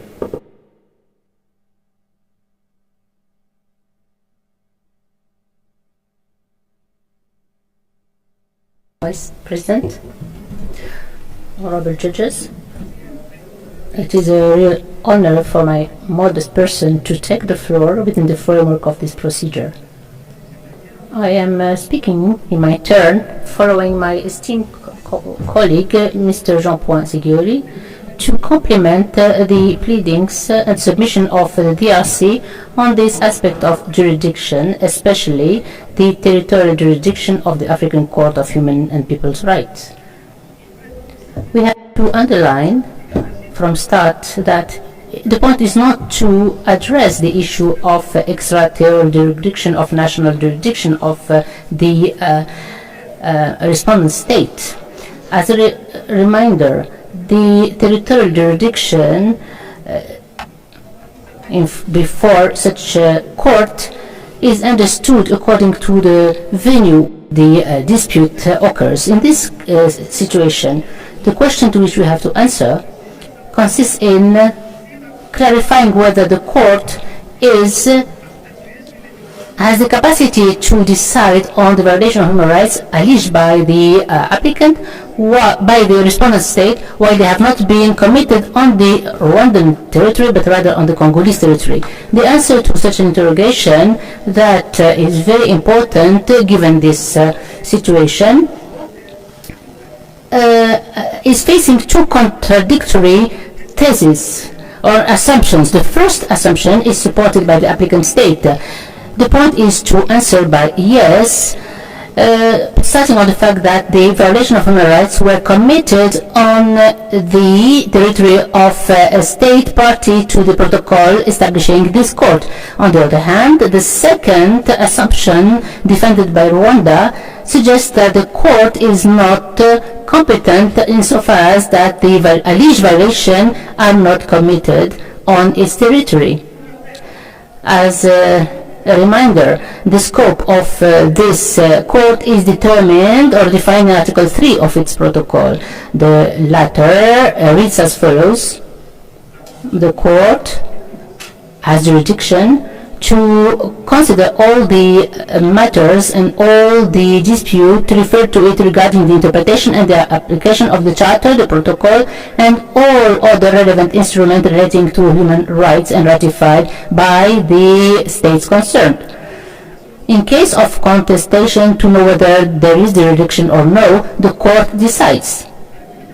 The DRC confirms that no reasonable interpretation of this provision can confine the competence of the court to the only case of human right violation committed on the respondent state territory, and this is based on 4 reasons supported by the DRC. First, the literal reading of this article or provision. Second, the relevant jurisprudence of this court on this very issue. And 3, the jurisprudence of the Commission of Human and People's Rights on this issue. And 4th, the principle of the usefulness of the interpretation of the preamble.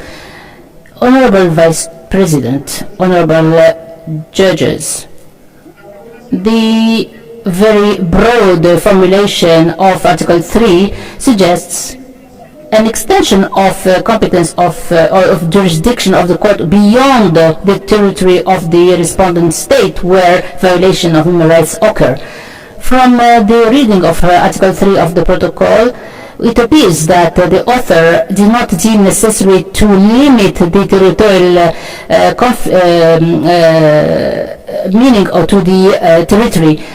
On the opposite, it tried to divert from the authors of the ICG and the International Pact on Civil and Political Rights that were animated by the manifest will to limit the territorial competence of the European Court of Human Rights and the Committee of Human Rights to the territory of the responding state. This stems from Article 1 of the Convention, the Safeguards Convention of Human Rights and Fundamental Freedom, according to which all the contracting parties recognize, so all persons under this regulation recognize the rights defined under this convention. Similarly, it is the same for Article 2, Para 1 of the International Covenant on Civil and Political Rights that provides that the state parties to this covenant commits and undertakes to respect and guarantee to all individuals on their territory and relating to their jurisdiction the rights recognized under this covenant. What we can say here is that the fact that the protocol have not limited the territorial competence to the jurisdiction like the European Convention, or to the territory and the jurisdiction like the International Covenant on Civil and Political Rights of the state party, is not done by chance. It shows the willingness to assume a broad competence of the court that has established it. This position defended by the DRC and supported by the doctrine in the field shows the point of view defended by an author regarding the African system on human rights, who is very well known, George Kibambai, and this is what he says, and I quote: "The violation incriminated has it to be committed in the territory of one of state party so that the Commission becomes competent? It doesn't exist in the Charter, an equivalent of Article 1 of the European Convention, according to which these states guarantee the rights of the persons under their jurisdiction. But since there is no limitation regarding the obligation of the state parties to the Charter to protect the rights that it recognizes, we have to deduct that the Commission is competent even if the violation imputable to a state party occurs vis-à-vis a person protected beyond and outside the national territory," end of quote. It goes without saying that what is done in the Commission should be applied to the court, given the complementarity between the two institutions. Similarly, Honorable Judge Blaise Chikaya notes in his individual opinion, which is appended to the ruling of the court Morna against the Republic of Ghana and others, the following: we have to recall the terms of Article 3 that do not exclude any matter from the jurisdiction of the court as long as it is seized regarding the interpretation and the implementation of this charter or any instrument ratified by the state which is pending in terms of human rights. And he says, it is the court that should decide on it. So it is wrongly that Rwanda affirms in its preliminary submission that given the absence of a similar terminology similar to the one found in the International Covenant on Civil and Political Rights or the European Convention on Human Rights, the court is right to limit its territorial jurisdiction to the facts committed in the territory of the responding state. This affirmation does not come from a wrong comprehension of Article 3 of the protocol, but also and above all from the jurisprudence of the court, which is in favor of a territorial jurisdiction which is wider. The second argument of the DRC, as we said it, is that the lessons drawn from the jurisdiction of the court itself lead to the competence beyond the national territory of the responding state.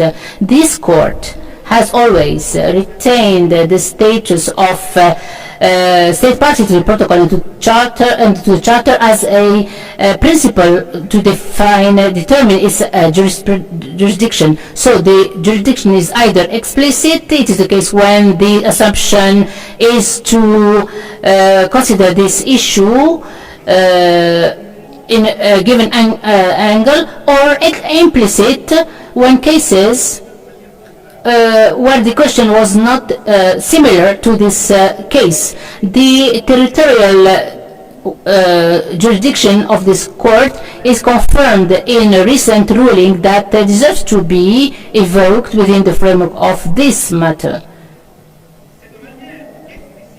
So, the court has explicitly affirmed its jurisdiction through two judgments, at least, where the circumstances were calling for a very accurate response on the territorial competence on facts done and beyond the respondent state. In the case of Yakuba Traoré versus Mali, the court deemed that its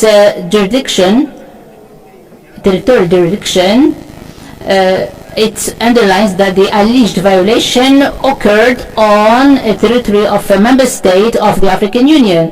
It has, therefore, territorial jurisdiction. This position goes within the framework of its similar motivation as appearing in the judgment of March 2016 in the matter Mogande and 9 others, where the court has deemed that regarding its competence, it deems that given the fact that the alleged violation occurred on the territory of the African Union state, where the state parties are members, so it has jurisdiction to examine this matter.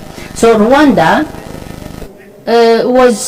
did not mention this jurisprudence, but maybe with some more judgment we could see clearly that in these two examples the court has admitted and widened territorial jurisdiction. Indeed, the relevant criteria to declare itself competent needs the fact that the violation were happening in a territory of the African Union, that is to say a state party of the Charter and the protocol establishing this court. It is not by chance, but the interpretation of Article 3 of the protocol is in conformity both to the general nature of its formulation and the will of its author. The other judgments of the court on the territorial jurisdiction cannot be interpreted only on the light of these two judgments. In order to establish a territorial jurisdiction, the court bases itself on the Court on Human Rights, that is to say, one state party, the respondent state, one state party who is the applicant. So the respondent state is party to the Charter, and the state party, the respondent party. So when we use the term namely, it means that, in other words, among other things, in particular, including, so when the court talks about state party, that is to say respondent state, it means the state party, namely, for example, or among others, the respondent state. Regarding the word namely, it means in this case, in this very case, when the court says the state party, that is to say the respondent state, it means state party. Within this case, the respondent state. So in all the jurisprudence, the court does not contradict itself, and it doesn't question the state party to determine its territorial competence. It only clarifies that within this case, in this case, the state concerned is the respondent state. In short, Rwanda should not always echo the jurisprudence of the court in a selective way, in a hastily way. On the contrary, the reading of this jurisprudence showed that the state party to the protocol and the Charter constitute the criteria to determine the territorial competence of the court.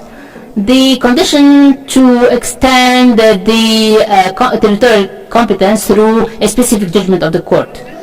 In a very precise and accurate judgment in the matter Bernard versus Republic of Ghana and others. The court notes the following, and I quote, contrary to the text applicable to the European Court of Human Rights and to the American Court of Human Rights, the Charter do not precise any resort. The protocol do not define the competence of the court, but the court has always considered and examined its territorial competence. The jurisprudence in the field of human rights has constantly extended the territorial application of treaties beyond the borders and till areas where the state have effective control and where the acts committed by their agents under their military or political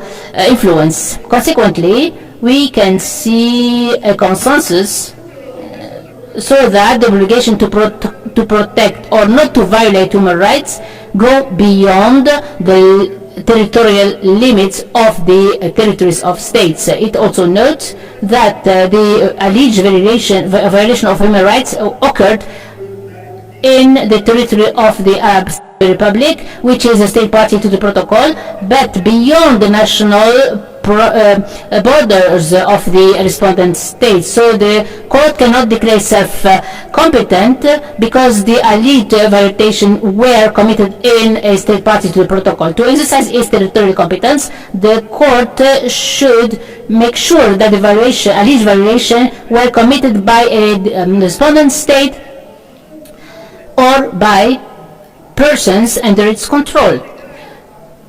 From this ruling, we can see that in order for the territorial competence to be established, we need two preconditions.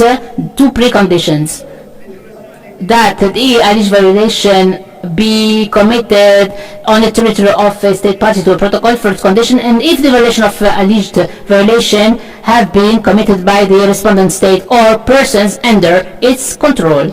This is the second precondition. As we can see it, this ruling confirms the constant jurisprudence that its territorial competence is established as long as the alleged violation of human rights were committed on the territory of a state party to the protocol. But the court just added a condition, a practical condition, that the respondent state should be the one where the perpetration of such violation is blamed for that.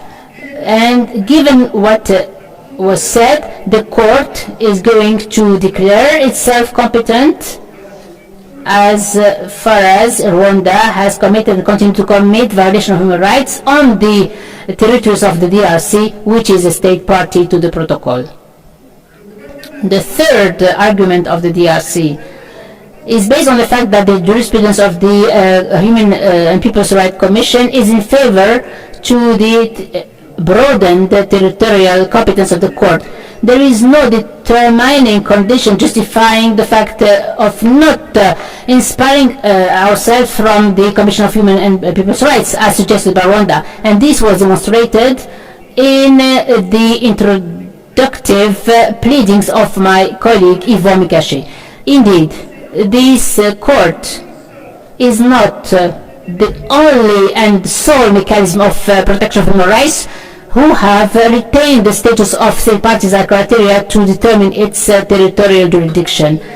It was preceded in this by the Commission, especially its decision of May 2003 relating to the communication 227/999, which opposed the DRC to Burundi, Uganda, and to the respondent state. In this matter, as in this one, the alleged violation were not committed on the territories of the respondent state territory, but rather on the applicant state territory, which did not prevent the Commission from affirming its territorial competence and jurisdiction. So Rwanda tries to weaken the DRC because they saying that the Commission did not really focus on this issue. But how can you imagine that the state party to the protocol can be kept responsible only if it is perpetrated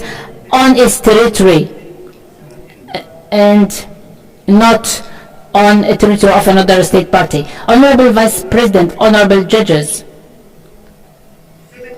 it is the interpretation of Article 3 of the protocol that guides us to take into account the principle of usefulness of this provision. So any possible interpretation that will decline the territorial jurisdiction of the court because the violation of human rights were not committed on the territory of the respondent state would be a very negative precedent for human rights in Africa.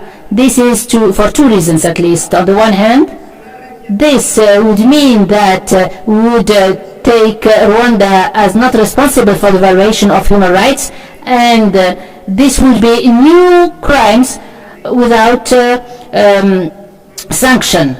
On the other hand, such a solution would mean that we encourage or we entice the respondent state and others to go beyond the national borders of their respective territories, to go and elsewhere and commit in full impunity violation of human rights on the land of neighboring countries, and not to feel responsible of their commitments to the human rights charter. That is to say that Article 3 of the protocol would be empty from its object, scope and meaning, that is to say the protection of human rights in Africa, and it will be null and void. In conclusion, Mr. Vice President, Honorable Vice President, Honorable Judges, the Court will reject and dismiss the submission of the respondent state and reaffirm its territorial jurisdiction in addition to the material jurisdiction to consider this. Thank you very much.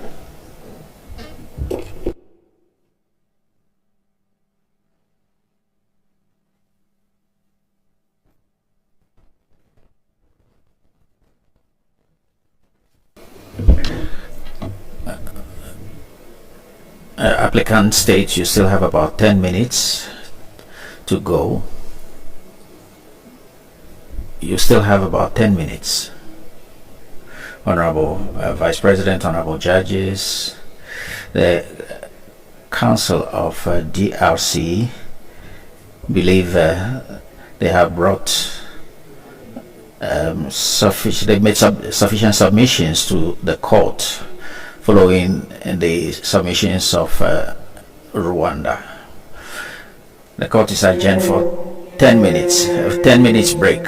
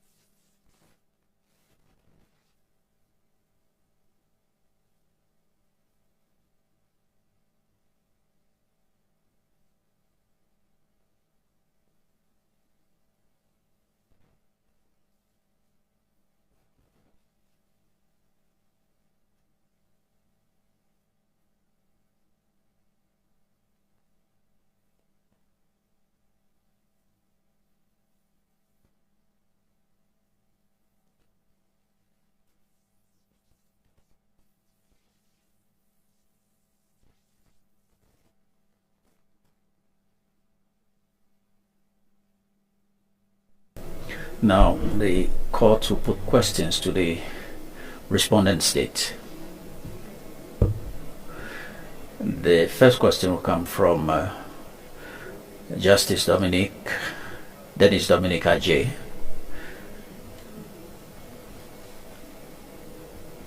The questions will go the two parties, and then we'll take a break and give you some time to organize your answers. The questions will go first of all to the respondent state, and then to the applicant state.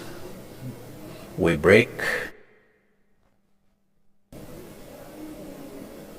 to give you a bit of time to consult for 15 minutes, after which we'll come back for you to respond. Honorable Justice Ajay, you have the floor for your question.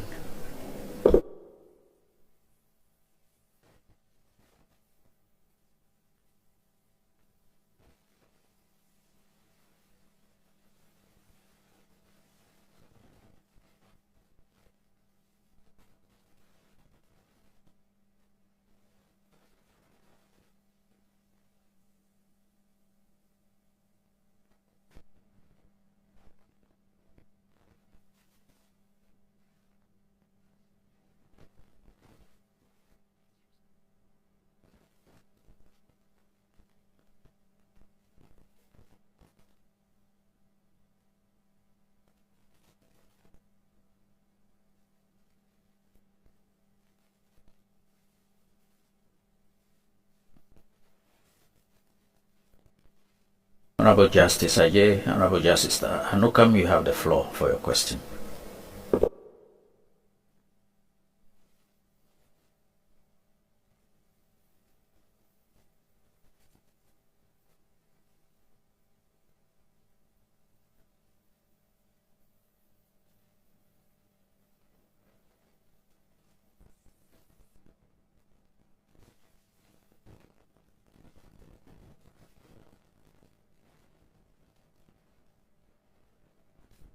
Over alleged violations of rights protected by the Charter or any other human rights instrument ratified by the respondent. However, and therein lies my question, constitutive acts which in the respondent's submission are not human rights instruments, the court does not have jurisdiction over such claim. And the question is, what is your explanation of the word solely? And do you think that the applicant is relying solely on the provisions of the UN Charter, the constitutive act, as you have so claimed? Thank you.